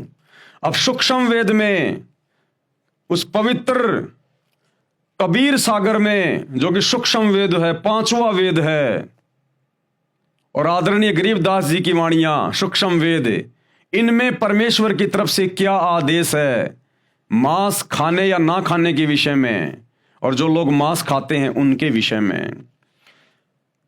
कबीर मांस आहारी मानव प्रत्यक्ष राक्षस जानी, यानी जो मांस भक्षण करता है किसी भी जानवर का, वो तो प्रत्यक्ष राक्षस है, राक्षस। कबीर मांस आहारी मान ई प्रत्यक्ष राक्षस जानी, ताकि संगति मति हरे होए भक्ति में आनी। ऐसे दुष्ट नीच प्रवृत्ति के, राक्षस प्रवृत्ति के लोगों की तो संगति भी नहीं करनी चाहिए। जो लोग मांस खाते हैं वो तो प्रत्यक्ष राक्षस हैं, उनके पास तो बैठना भी नहीं चाहिए। उनके पास बैठने मात्र से हमारी भक्ति में हानि होगी, नुकसान होगा, हमारे विचार गंदे होंगे। ऐसे लोगों के पास तो, जो मांस खाते हैं या किसी जानवर को काटते हैं, उनके तो पास में भी नहीं बैठना चाहिए। उस अल्लाह का तो ये आदेश है। कबीर मांस खाए ते ढेड सब। जो लोग मांस खाते हैं वो किसी भी धर्म का हो, किसी भी जाति का, वो ढेड इंसान है। ढेड, ढेड कोई जाति नहीं होती। ढेड का मतलब होता है नीच व्यक्ति। तो कहते हैं मांस खाने वाला चाहे हिंदू हो, चाहे मुस्लिम हो, चाहे सिख हो, चाहे ईसाई हो, विश्व का कोई भी प्राणी हो, वो ढेड व्यक्ति है, वो नीच है, नीच। कबीर मांस खाए ते ढेड सब, और मद पीवे सो नीच, और जो शराब पीते हैं वो महादुष्ट प्राणी है। कुल की दुर्मति पर हरे राम कहे सो ऊंच। ऐसे व्यक्तियों की तो दुर्मति ये शैतान हर लेता है। उनके कुल की, परिवार की, उनके खानदान की दुर्गति होती है। पूरा का पूरा खानदान ऐसे लोगों का या तो कभी जल के मरेगा, या कभी एक्सीडेंट में मरेगा, या किसी बीमारी से मरेगा। यानी ऐसे लोगों की तो भयंकर दुर्गति से मौत होती है। और राम कहे सो ऊंच, और जो भक्ति करता है उस अल्लाह राम की, उस अल्लाह कबीर की, राम यानी जो सबसे बड़ा अल्लाह, सबसे बड़ा खुदा, दशरथ पुत्र राम नहीं। त्रेता युग में जो रामचंद्र जी आए थे वो तो खाली उनके शरीर का नाम था राम, केवल उनकी पहचान थी। वास्तव में राम कौन है? राम यानी अल्लाह, खुदा, सबसे बड़ा भगवान। कहते हैं जो उसकी भक्ति करेगा वो ऊंच है, वो सर्वश्रेष्ठ आत्मा है। कबीर मांस बखे और मद पीवे, यानी जो जो लोग मांस खाते हैं और शराब पीते हैं, और धन वैश्याशो खाए, और जो लड़कियों से धंधा करवाते हैं, वैश्यावर्ती का धंधा करवाते हैं, और जुआ खेले, चोरी करे, और जो लोग जुआ खेलते हैं और चोरी करते हैं, अंत समूला जाए, अंत में उनकी दुर्गति होगी, बर्बादी। और वर्तमान में ये जो शेयर मार्केट का जो काम है, ये जुए की श्रेणी में आता है, जुए की श्रेणी में, जुआ खेलने की श्रेणी में। तो कहते हैं ऐसे लोगों की तो अंत में दुर्गति होगी, उनका तो समूला नाश जाएगा। कौन? मांस खाने वाले, शराब पीने वाले, नशा करने वाले, और धन वैश्या से खाए, यानी लड़कियों से जो वैश्यावर्ती करवाता है फिर उस पैसे को खाता है, यानी उस पैसे से अपना पेट भर रहा है। जुआ खेलने वाला और चोरी करने वाला, अंत समूला जाए। कबीर मांस मांस सब एक हैं कि नालायको, मांस चाहे इंसान का हो, चाहे जानवर का, चाहे आपके बेटा बेटी का हो, चाहे मुर्गे और हिरण का। कहते हैं मांस मांस सब एक हैं, मुर्गी हिरण गाय, आंखों देख नर खात है, ते नर नरक में जाए। और फिर भी ये इंसान उसको खा रहा है काट काट के। कहते हैं अंत में वो नरक में जाके गिरेगा, दोजख की आग में जाके गिरेगा। वो चाहे हिंदू हो, चाहे मुसलमान हो, चाहे विश्व का कोई भी प्राणी क्यों ना हो, जो एक मांस दूसरे मांस को खा रहा है। कबीर ये कुकर को बख्श है। कबीर अल्लाह कह रहे हैं कि ये मांस खाना तो ये कुत्ते का भोजन है। कबीर ये कुकर को बख्श है। मनुष्य देह क्यों खाए हे नादान प्राणी, ये अनमोल मनुष्य जन्म प्राप्त करके तू क्यों ये गंदगी खा रहा है। मुख में आमिख मेल के नरक परेंगे जाए। कबीर पापी पूजा बैठ के बखे मांस मद दोई, कि एक तरफ तो तुम भक्ति करने का दिखावा करते हो, मुसलमान तुम मस्जिद में जाते हो, नमाज करते हो, हिंदू तुम लोग मंदिर में जाते हो, मूर्तियां पूज रहे हो, और दूसरी तरफ तुम लोग मांस खा रहे हो, शराब पी रहे हो। तिनकी दीक्षा मुक्ति नहीं, कोटि नरक फल होई। गुरु पद पर जो लोग बैठे हैं मुसलमान धर्म में, हिंदू धर्म में, किसी भी धर्म में, और उसके बाद वो मांस भी खाते हैं, शराब भी पीते हैं, नशा भी करते हैं, कैसे ऐसे लोगों से दीक्षा लेने से, उपदेश लेने से मुक्ति नहीं होगी। दोनों नरक में जाएंगे, दोनों के दोनों। कबीर जीव हनय हिंसा करे, यानी जीव हत्या करता है, प्रकट पाप सिर होए, उसके सिर पर तो पाप रखा जा रहा है। निगम पुनि ऐसे पाप ते बिस्त गया नहीं कोई। ऐसे कुकर्म करने वाले आज तक तो कभी स्वर्ग में गए ही नहीं, जन्नत में गए नहीं। अल्लाह कबीर कह रहा है कि ऐसे कुकर्म करने वाले, जीव हत्या करने वाले आज तक कभी भी भिस्त में नहीं गए, स्वर्ग में नहीं गए। उनके सिर पर तो पाप की गठरी रखी है। कबीर तिल भर मछली खाए के कोटि गऊ दे दान। कबीर अल्लाह कह रहा कि अगर किसी ने तिल भर भी मछली खा ली, यानी तिल भर भी मांस खा लिया, चाहे तुम 1 करोड़ गाय दान कर दो, तुम्हारा वो पाप नहीं उतर सकता। अब सोचिए जो लोग रोजाना मांस खा रहे हैं, बकरे बकरे काट के, मुर्गियां काट के, उनके साथ में क्या बीतेगी। उस अल्लाह कबीर का तो ये आदेश है कि तिल भर मछली खाए के, तिल के दाने जितने भी अगर आपने मछली खा ली, कोई भी मांस का टुकड़ा खा लिया, चाहे तुम 1 करोड़ गाय दान कर दो, तुम्हारा वो पाप नहीं उतरेगा। और काशी करोत ले मरे तो भी नरक निदान। भले फिर तुम काशी में करोत लेके मर जाना, तुम्हारा वो पाप नहीं उतरेगा। एक समय हिंदू धर्म के पंडितों ने, ब्राह्मणों ने एक कुकर्म शुरू कर दिया धन कमाने के लिए। इन्होंने कहा कि भगवान विष्णु की तरफ से हमारे को एक आदेश आया है। इन्होंने आरा लगा दिया वहां पर काशी में, जैसे वो लकड़ी काटने का आता ना था ऐसा, और कहा कि जो अपनी गर्दन कटवाएगा यहां आकर, वो सीधा स्वर्ग में जाएगा, बैकुंठ में जाएगा। तो जो बेचारे श्रद्धालु थे, उस समय बेचारे अनपढ़ हुआ करते थे, इन पंडितों पर, मुल्ला मौलवियों पर आंख बंद करके विश्वास किया करते थे। तो उन बुजुर्गों ने कहा कि बेटाओ देखो, वैसे भी हमारी मृत्यु का दिन आ गया, हम बुजुर्ग हो गए, और क्यों ना हम वहां पर काशी में जाके वो करोत लेके अपना शरीर त्याग दें, हमारी गति हो जाएगी, और आप जी उन धर्म गुरुओं को, ब्राह्मणों को थोड़ी बहुत दान दक्षिणा दे देना। उन्होंने ऐसा ही किया, अपने बूढ़े माता पिता को वहां छोड़ के आ गए पंडितों के पास में, और उनके खाने पीने का सारा उनको एक्स्ट्रा उनको पैसा दे दिया करते थे।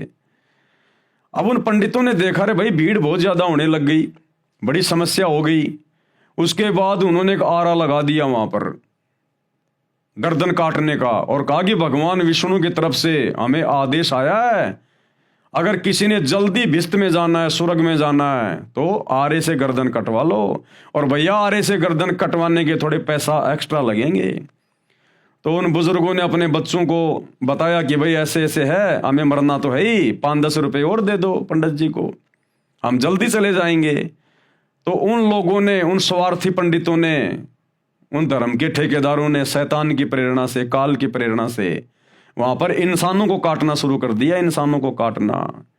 तो कबीर परमात्मा कहते हैं अगर तूने तिल भर भी मांस खा लिया, चाहे तू 1 करोड़ दान कर देना गायें, और चाहे तू काशी में जाके वो करोत लेके अपनी गर्दन कटवा के मर जाना, तो भी तेरे को बैकुंठ नहीं मिलेगा, घोर दंड का भागी बनेगा। कबीर तिल भर मछली खाए कह कोटि गऊ दे दान, काशी करोत ले मरे तो भी नरक निदान, नरक में जाएगा। कबीर बकरी पाती खात है ताकि काडी खाल, और जो बकरी को खात है तिनका कौन हवाल।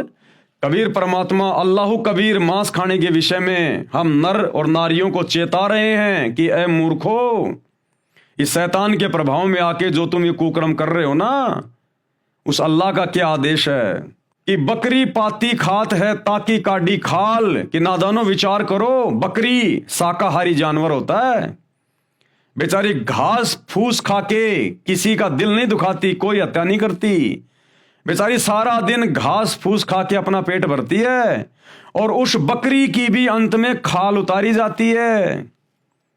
बकरी पाती खात है यानी वो तो बेचारी घास फूस खा के अपना पेट भर रही है, शाकाहारी है, और उसकी भी अंत में खाल उतारी जाती है, दुर्गति से उसकी मौत होती है। बकरी पाती खात है ताकि काडी खाल, और जो बकरी को खा रहे हैं उनका क्या होगा हवाल।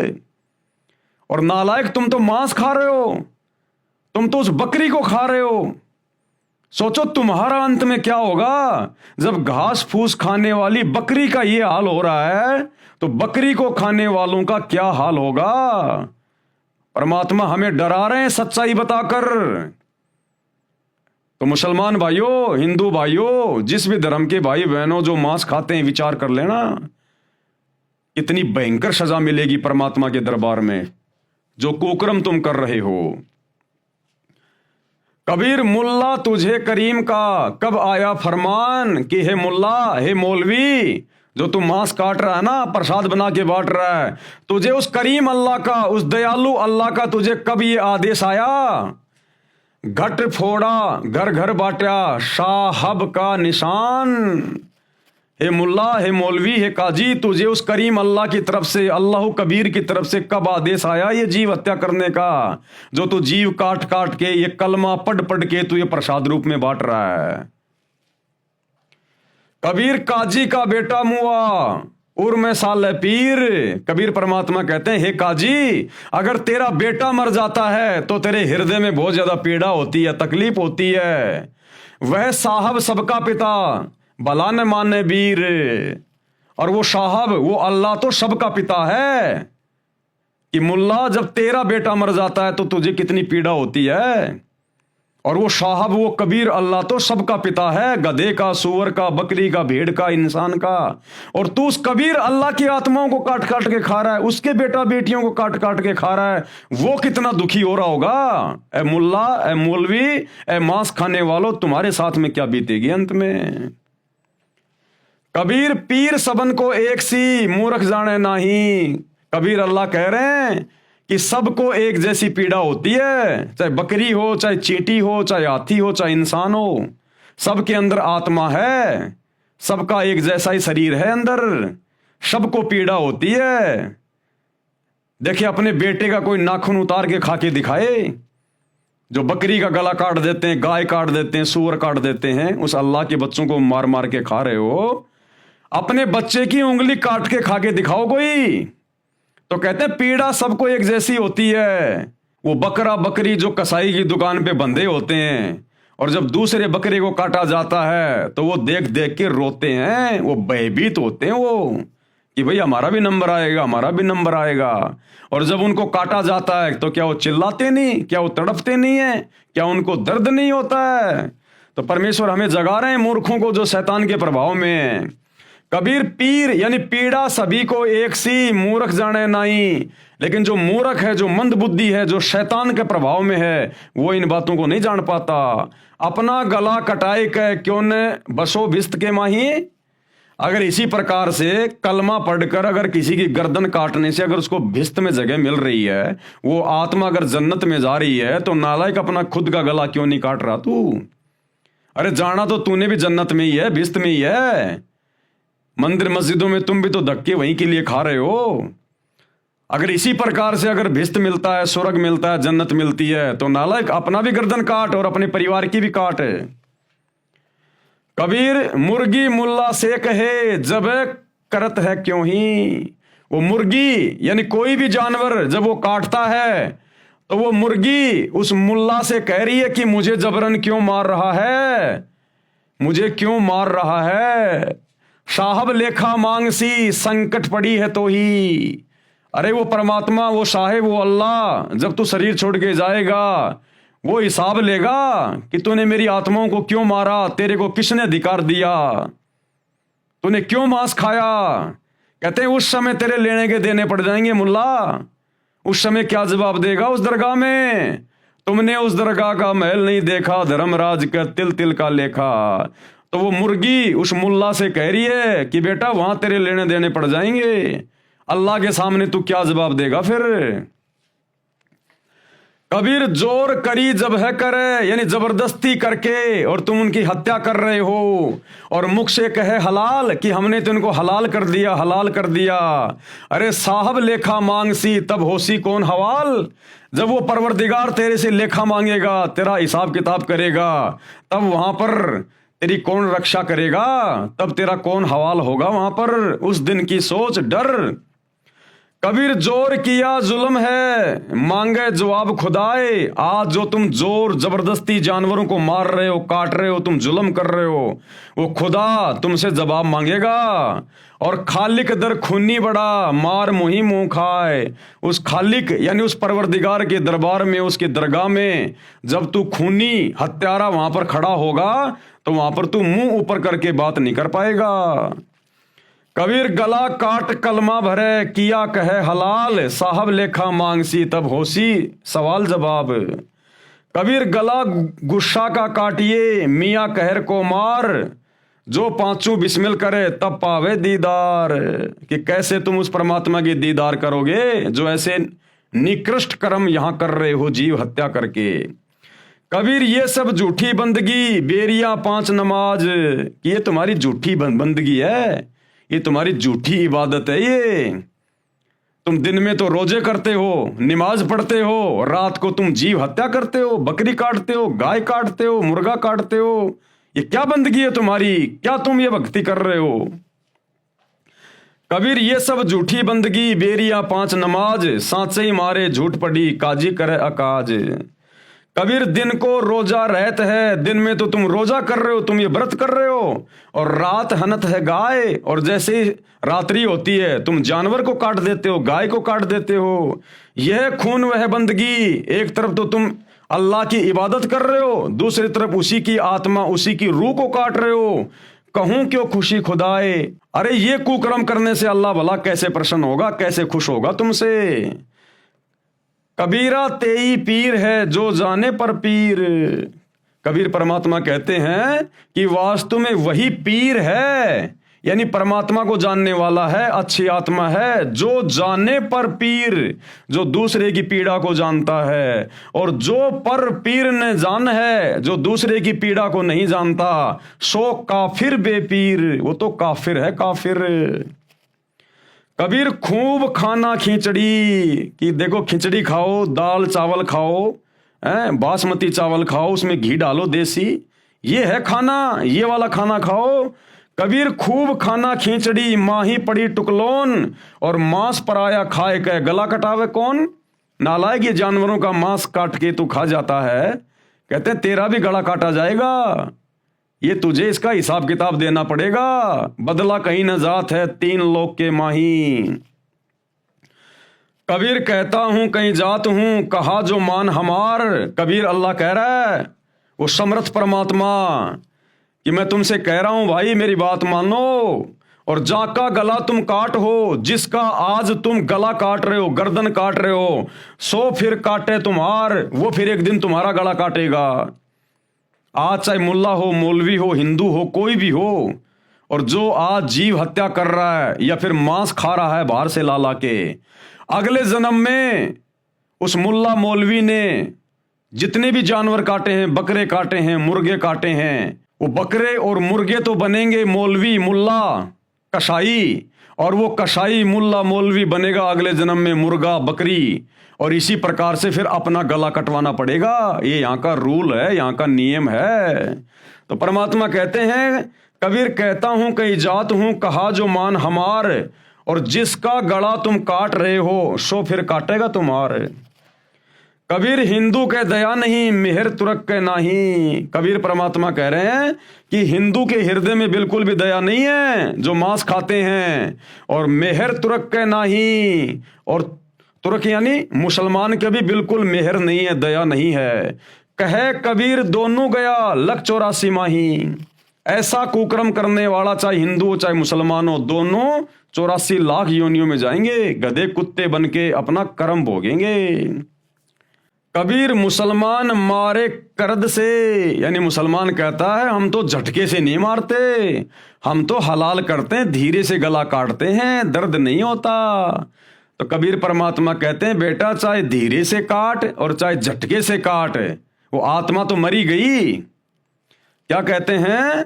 कबीर मुसलमान मारे करद से और हिंदू मारे तलवार। हिंदू कहते हैं हम तो एक झटके में काट देते हैं, दर्द ही नहीं होने देते।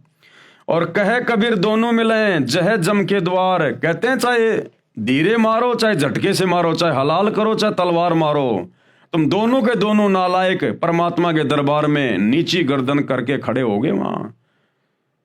वहां पर तुम्हारे को लेने देने पड़ जाएंगे उस परमात्मा के दरबार में। दोनों कहां मिलेंगे? जम के द्वार। उपरोक्त अमृतवाणी में कबीर खुदा यानी कबीर परमेश्वर ने समझाया है कि जो व्यक्ति मांस खाते हैं, शराब पीते हैं, सत्संग सुनकर भी बुराई नहीं त्यागते, उपदेश प्राप्त नहीं करते, उन्हें तो साक्षात राक्षस जानो, राक्षस।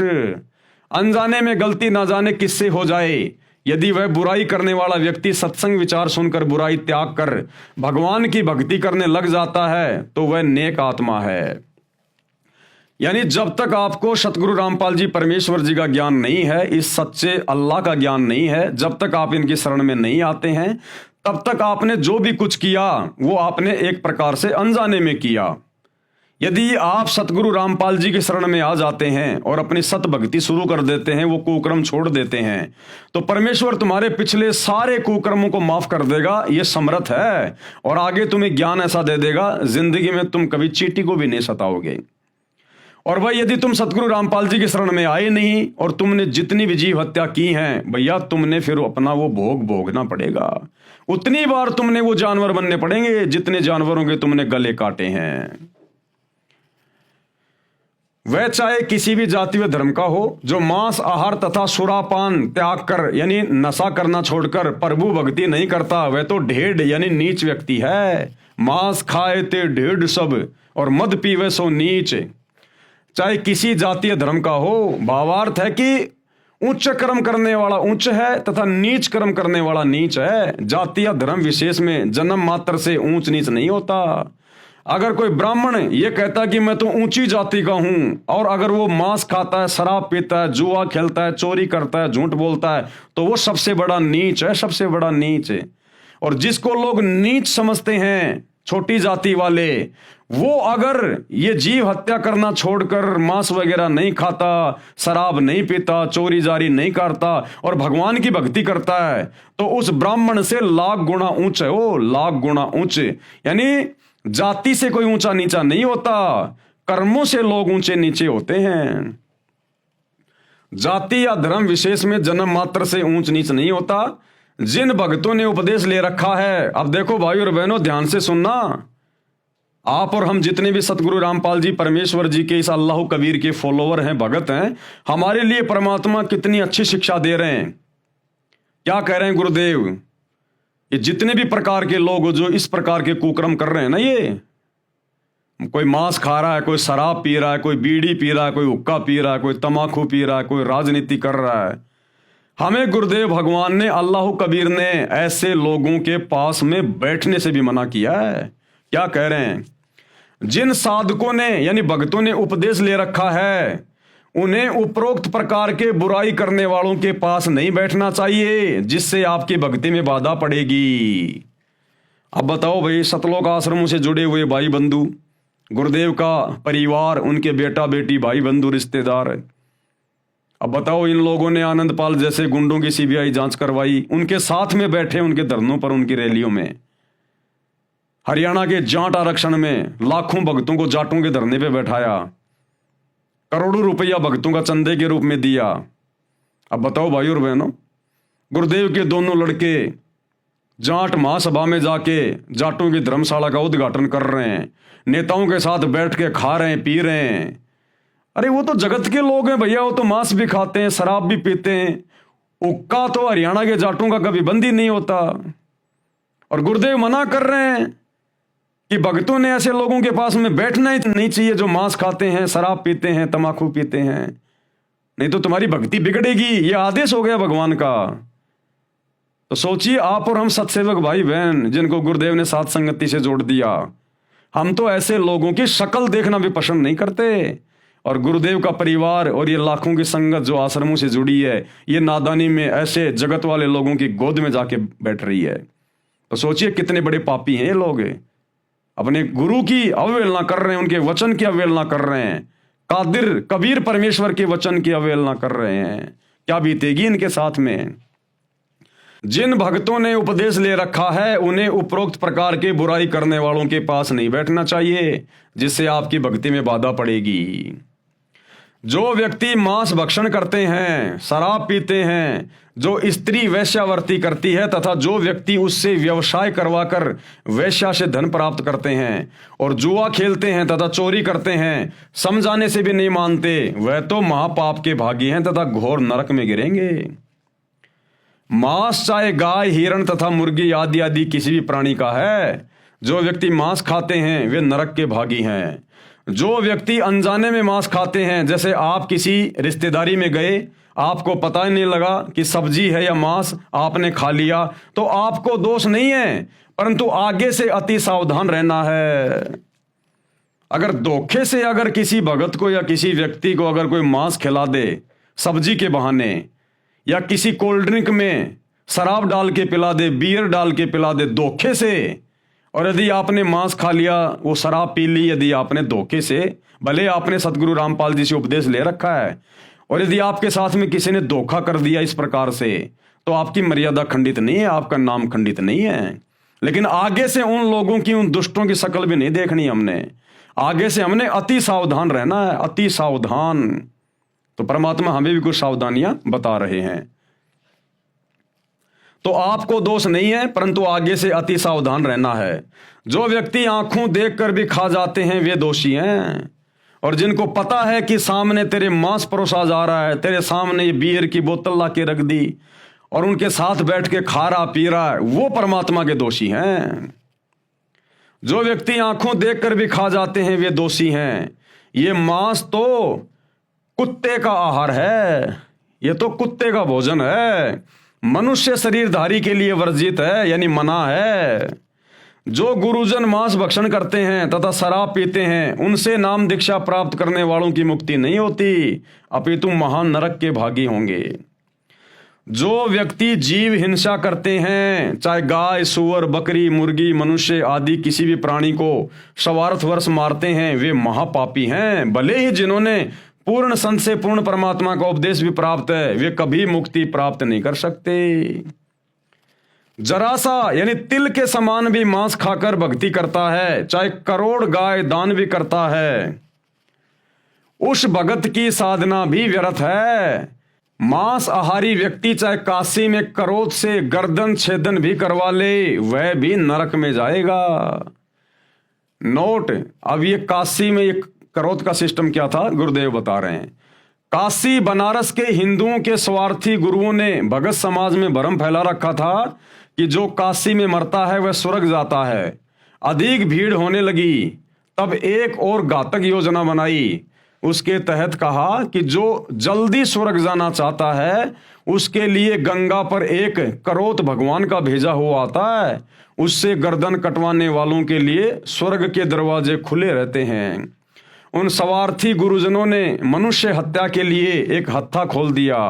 श्रद्धालु भक्तों ने आत्म कल्याण के लिए वहां गर्दन कटवाना भी स्वीकार कर लिया, परंतु ज्ञानहीन गुरुओं के द्वारा बताई साधना से भी कोई लाभ नहीं होता। इसलिए कहा है कि मांस खाने वाला चाहे कितनी भी भक्ति तथा पुण्य व दान तथा बलिदान करे, उसका कोई लाभ नहीं। बकरी पाती खात है, वाकी काडी खाल, और जो बकरी को खात है उसका कौन हवाल। बकरी जो आपने मार डाली वह तो घास फूस पत्ते आदि खाकर पेट भर रही थी। इस काल लोक में ऐसे शाकाहारी शरीफ पशु की भी हत्या हो गई, तो जो बकरी का मांस खाते हैं उनका तो अधिक बुरा हाल होगा। पशु आदि जो हलाल बिस्मिल आदि करके मांस खाने व प्रसाद रूप में वितरित करने का आदेश दयालु यानी करीम प्रभु का कब प्राप्त हुआ कि हे मुल्ला, तुझे ये मांस काटकर प्रसाद बनाकर खाने का और बांटने का उस करीम अल्लाह परवरदिगार सुप्रीम गॉड कबीर से कब तुझे आदेश प्राप्त हुआ? क्योंकि पवित्र बाइबल उत्पत्ति ग्रंथ में पूर्ण परमात्मा ने 6 दिन में सृष्टि रची, 7वें दिन ऊपर तख्त पर जा बैठा तथा सब मनुष्यों के आहार के लिए आदेश किया था कि मैंने तुम्हारे खाने के लिए फलदार वृक्ष तथा बीजदार पौधे दिए। उस करीम यानी दयालु पूर्ण परमात्मा की ओर से आपको फिर से कब आदेश हुआ? वह कौन सी कुरान में लिखा है? पूर्ण परमात्मा सब मनुष्यों आदि की सृष्टि रचकर ब्रह्म जिसे अव्यक्त कहते हैं, शैतान जो कभी सामने प्रकट नहीं होता, गुप्त कार्य करता तथा करवाता रहता है, उसको दे दिया। यानी 6 दिन में यहाँ की सृष्टि रच के यहाँ का सारा ये कार्यभार उस सुप्रीम गॉड ने इस डुप्लीकेट अल्लाह इस शैतान को दे दिया कि ले भैया, ये मेरे आदेश हैं, ये मेरा फरमान है। अगर इस प्रकार से लोग मेरे वचन में रह के अपना भक्ति करेंगे, अपना काम धंधा करेंगे तो ठीक है, यदि मेरे वचन की उल्लंघना की तो फिर घोर दंड के भागी बनेंगे। बाद में पवित्र बाइबल तथा पवित्र कुरान शरीफ या कुरान मजीद आदि ग्रंथों में जो विवरण है वह ब्रह्म यानी काल ज्योति निरंजन का तथा उसके फरिश्तों का है। अगर उसके बाद कुरान मजीद में, कुरान शरीफ में या बाइबल में अगर कहीं पर मांस खाने का जिक्र है तो वो शैतान के फरिश्तों का है, उस करीम अल्लाह का नहीं है। या फिर भूत प्रेतों का है। करीम अर्थात दयालु पूर्ण ब्रह्म अल्लाह कबीर का नहीं है। उस पूर्ण ब्रह्म के आदेश की अवहेलना किसी भी फरिश्ते व ब्रह्म आदि के कहने से करने की सजा भोगनी पड़ेगी। और एक उदाहरण दे रहे हैं गुरुदेव भगवान कि परमात्मा के संविधान को तोड़कर जो व्यक्ति शैतान के संविधान को मानकर ये उल्टे काम करेगा, मांस खाएगा, शराब पिएगा, चोरी जारी करेगा, वो फिर कैसे सजा भोगेगा। एक उदाहरण दे रहे हैं गुरुदेव। उदाहरण, एक समय एक व्यक्ति की दोस्ती एक पुलिस थानेदार से हो गई। उस व्यक्ति ने अपने दोस्त थानेदार से कहा कि मेरा पड़ोसी मुझे बहुत परेशान करता है। थानेदार यानी एसएचओ ने कहा कि मार लठ, मैं आप निपट लूंगा। थानेदार दोस्त की आज्ञा का पालन करके उस व्यक्ति ने अपने पड़ोसी को लठ मारा। सिर में चोट लगने के कारण पड़ोसी की मृत्यु हो गई। उसी क्षेत्र का अधिकारी होने के कारण वह थाना प्रभारी अपने दोस्त को पकड़ कर लाया और कैद में डाल दिया तथा उस व्यक्ति को मृत्यु दंड मिला। उसका दोस्त थानेदार कुछ मदद नहीं कर सका, क्योंकि राजा का संविधान है कि यदि कोई किसी की हत्या करेगा तो उसे मृत्यु दंड प्राप्त होगा। उस नादान व्यक्ति ने अपने मित्र दरोगा की आज्ञा मानकर राजा का संविधान भंग कर दिया, जिससे जीवन से हाथ धो बैठा। यानी राजा का भारतीय संविधान है, अगर कोई किसी की हत्या करेगा तो उसको मृत्यु दंड मिलेगा। लेकिन उस व्यक्ति ने अपने दोस्त थानेदार के कहने से अपने पड़ोसी के सिर में लठ मार दिया और उसकी मृत्यु हो गई। और उसके बाद राजा के संविधान अनुसार वही थानेदार जो उसी क्षेत्र का था अपने दोस्त को पकड़ के लेके आया और राजा के संविधान के अनुसार उसको जेल में डाला, उसको मृत्यु दंड की सजा हुई। फिर तो गुरुदेव समझाना चाहते हैं कि उस पूर्ण परमात्मा राजा कबीर अल्लाह का संविधान है जो 6 दिन में सृष्टि रची। उन्होंने जो भी नियम बनाए कि मांस नहीं खाना, अगर मांस खाओगे तो ये दंड मिलेगा, नशा करोगे तो ये दंड मिलेगा।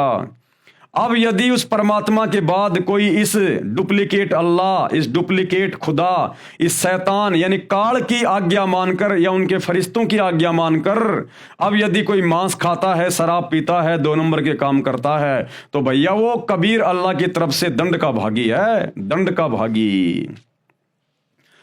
ठीक इसी प्रकार पूर्ण परमात्मा की आज्ञा की अवहेलना करने वाला पाप का भागी होगा, क्योंकि कुरान शरीफ और कुरान मजीद का ज्ञान ब्रह्म यानी शैतान ज्योति निरंजन जिसे आप अव्यक्त कहते हो, यानी जो दिखाई नहीं देता, उसका दिया हुआ है। इसमें उसी का आदेश है तथा पवित्र बाइबल में केवल उत्पत्ति ग्रंथ के प्रारंभ में पूर्ण प्रभु का आदेश है। पवित्र बाइबल में हजरत आदम तथा उसकी पत्नी हवा को उस पूर्ण परमात्मा ने बनाया। बाबा आदम की वंशज संतान हजरत इजराइल, राजा दाऊद, हजरत मूसा, हजरत ईसा तथा हजरत मोहम्मद आदि को माना है। पूर्ण परमात्मा तो 6 दिन में सृष्टि रचकर तख्त पर विराजमान हो गया। उसके बाद सभी कतेबों का यानी उन पुस्तकों का ज्ञान, कुरान शरीफ आदि का ज्ञान इस ब्रह्म यानी काल ज्योति निरंजन यानी शैतान का प्रदान किया हुआ है। पवित्र कुरान का ज्ञान दाता स्वयं कहता है, यानी वो शैतान स्वयं कहता है कि पूर्ण परमात्मा जिसे करीम अल्लाह कहा जाता है उसका नाम कबीर है, वही पूजा के योग्य है। उसके तत्व ज्ञान व भक्ति विधि को किसी बाखबर यानी तत्वदर्शी संत से पता करो। इससे सिद्ध है कि जो ज्ञान कुरान शरीफ आदि का है वह पूर्ण प्रभु का नहीं है। जब काजी के पुत्र की मृत्यु हो जाती है तो काजी को कितना कष्ट होता है। पूर्ण ब्रह्म अल्लाह कबीर सबका पिता है, उसके प्राणियों को मारने वाले से अल्लाह खुश नहीं होता। दर्द सबको एक जैसा ही होता है। यदि बकरे आदि का गला काटकर हलाल किया कहते हो तो काजी तथा मुल्ला अपना गला छेदन करके हलाल किया क्यों नहीं कहते? यानी अपनी जान प्रिय लगती है, क्या बकरे को अपनी जान प्रिय नहीं है? जिस समय बकरी को मुल्ला मारता है तो वह बेजुबान प्राणी आंखों में आंसू भरकर म्या म्या करके समझाना चाहता है कि हे मुल्ला, मुझे मारकर पाप का भागी मत बन। जब परमेश्वर के घर न्याय अनुसार लेखा किया जाएगा उस समय तुझे बहुत संकट का सामना करना पड़ेगा। वो जो बकरी, बकरा, मुर्गा, मुर्गी वो जो रोते हैं ना अपना गला कटवाते समय, उस समय वो उसे समझा रहे होते हैं आत्मा से कि भाई क्यों ये पाप मोल ले रहा है, क्यों मेरा गला काट के उस करीम अल्लाह कबीर अल्लाह का दोषी बन रहा है। तुझे सख्त से सख्त सजा मिलेगी। उस परमेश्वर की दरगाह में न्याय होगा, वहां तुझे दंड दिया जाएगा। अरे मैं भी उसी की आत्मा हूं, उसी का बच्चा हूं, और मुल्ला तू भी उसी का बच्चा है। हम तो आपस में भाई बहन हैं। ये तो हमारे ये कर्म इतने बिगड़ गए, कभी तू बकरा बनता, कभी मैं बकरा बनता हूं। भाई तू ये गंदा काम ना कर। हमारा पिता जो सबका न्याय करता है, भाई वहां पर तू मुंह लटका के खड़ा होगा, तुझे घोर सजा मिलेगी। वो म्या म्या करने का मतलब होता है उस समय वो शिक्षा दे रहा होता है आत्मा से। तो भाई देख लो, बहुत बुरी बनेगी। उस समय तुझे बहुत संकट का सामना करना पड़ेगा। जबरदस्ती निर्दयता से बकरी आदि प्राणी को मारते हो और कहते हो हलाल कर रहे हैं। इस दोगली नीति का आपको महाकष्ट भोगना पड़ेगा। काजी तथा मुल्ला व कोई भी जीव हत्या करने वाला व्यक्ति पूर्ण प्रभु के कानून का उल्लंघन कर रहा है, वह वहां धर्मराज के दरबार में खड़ा खड़ा पीटेगा। यदि हलाल ही करने का शौक है तो काम, क्रोध, लोभ, मोह, अहंकार इन विकारों को हलाल करो।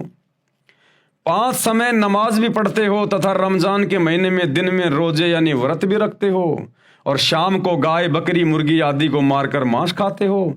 एक तरफ तो परमात्मा की बंदगी करते हो, दूसरी ओर उसी के प्राणियों की हत्या करते हो। ऐसे प्रभु कैसे खुश होगा?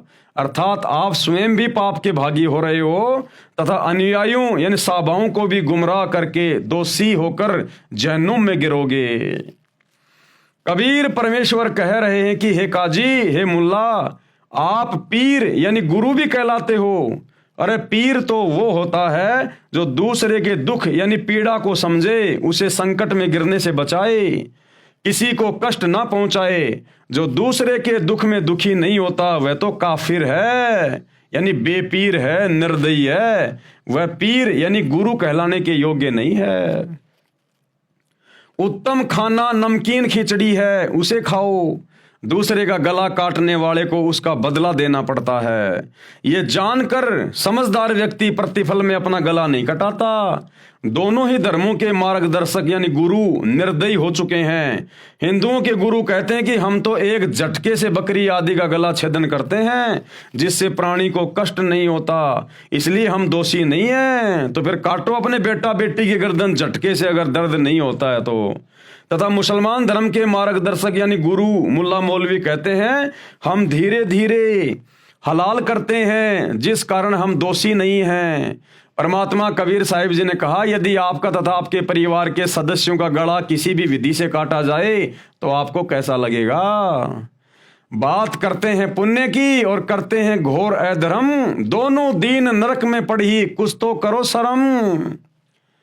कबीर परमेश्वर ने कहा हम मोहम्मद को शतलोक ले गया, इच्छा रूप वहां नहीं रही हो।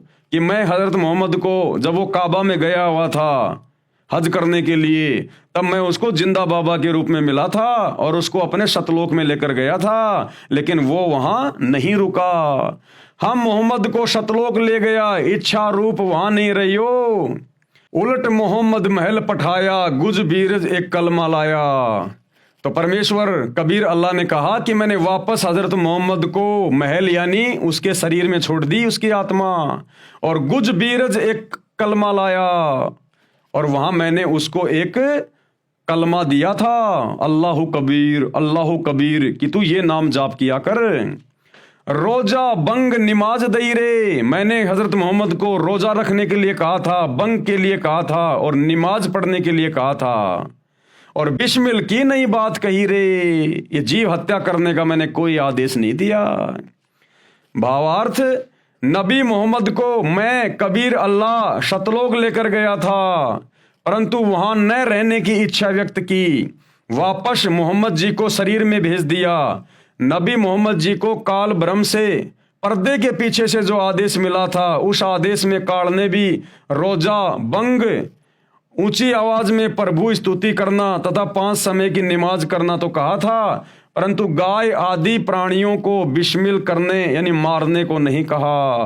कुरान में बाद में फरिश्ते का आदेश लिखा है जो कि महापाप है। यानी परमेश्वर कह रहे हैं कि रोजा बंग नमाज दई रे, कि ये थोड़ी बहुत भक्ति करने के आदेश तो दिए गए थे हजरत मोहम्मद को, लेकिन बिस्मिल की नहीं बात कही रे, लेकिन ये गाय काटने की, हत्या करने की, ये हमने किसी प्रकार का कोई इनको आदेश नहीं दिया। ये तो शैतान ने और उसके फरिश्तों ने फिर ये आदेश आगे मुसलमान धर्म में दिया है।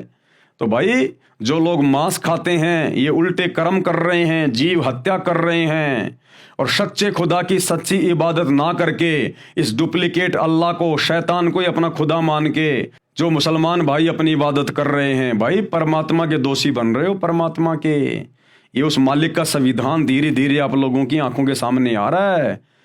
ये मेरे वीडियो केवल आप लोगों तक जानकारी पहुंचाने के लिए हैं, बाकी आपको विशेष जानकारी आपको सतगुरु रामपाल जी के सत्संगों से प्राप्त होगी। आपकी आत्मा पे विशेष चोट लगेगी, प्रभाव पड़ेगा, आपका हृदय परिवर्तित होगा जब आप सतगुरु रामपाल जी के मुख कमल से उनके सत्संग सुनना शुरू करोगे। ये हमारे द्वारा वीडियो बनाना तो केवल एक नॉलेज मात्र है, एक संदेशा है आप लोगों तक पहुंचा रहे हैं कि आप लोग सतगुरु रामपाल जी के सत्संग सुनना शुरू करें। आगे भाई और बहनों, कल हम देखेंगे पवित्र ग्रंथ कुरान में प्रवेश से पहले ये जो 6 वीडियो बने हैं, ये 6 वीडियो तो एकमात्र भूमिका बनी है, भूमिका मुसलमान भाइयों को समझाने के लिए कि तुम्हारी कुरान शरीफ क्या कहती है, बाइबल क्या कहती है, कुरान मजीद क्या कहती है, अल्लाह कौन है, शैतान कौन है, मांस खाने का आदेश अल्लाह का है या शैतान का है, सच्ची भक्ति क्या है, सच्ची इबादत क्या है। ये केवल एक भूमिका बनी है अभी तक जो 6 वीडियो बने हैं। कल जो 7वां वीडियो आप देखेंगे रात्रि 8 बजे, तो परमेश्वर कह रहे हैं पवित्र ग्रंथ कुरान में प्रवेश करने से पहले ये आगे का जो ज्ञान है मुसलमान धर्म की पुस्तकों का, ये कल से शुरू होगा, कल से।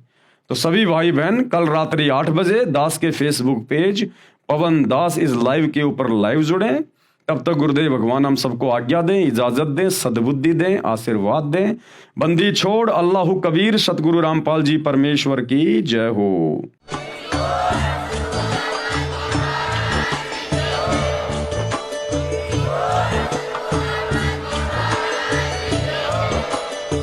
भाई जो गुरु वचन पे डट गे, कट गे फंद 84 के, कट गे फंद 84 के, कट गे फंद 84 के।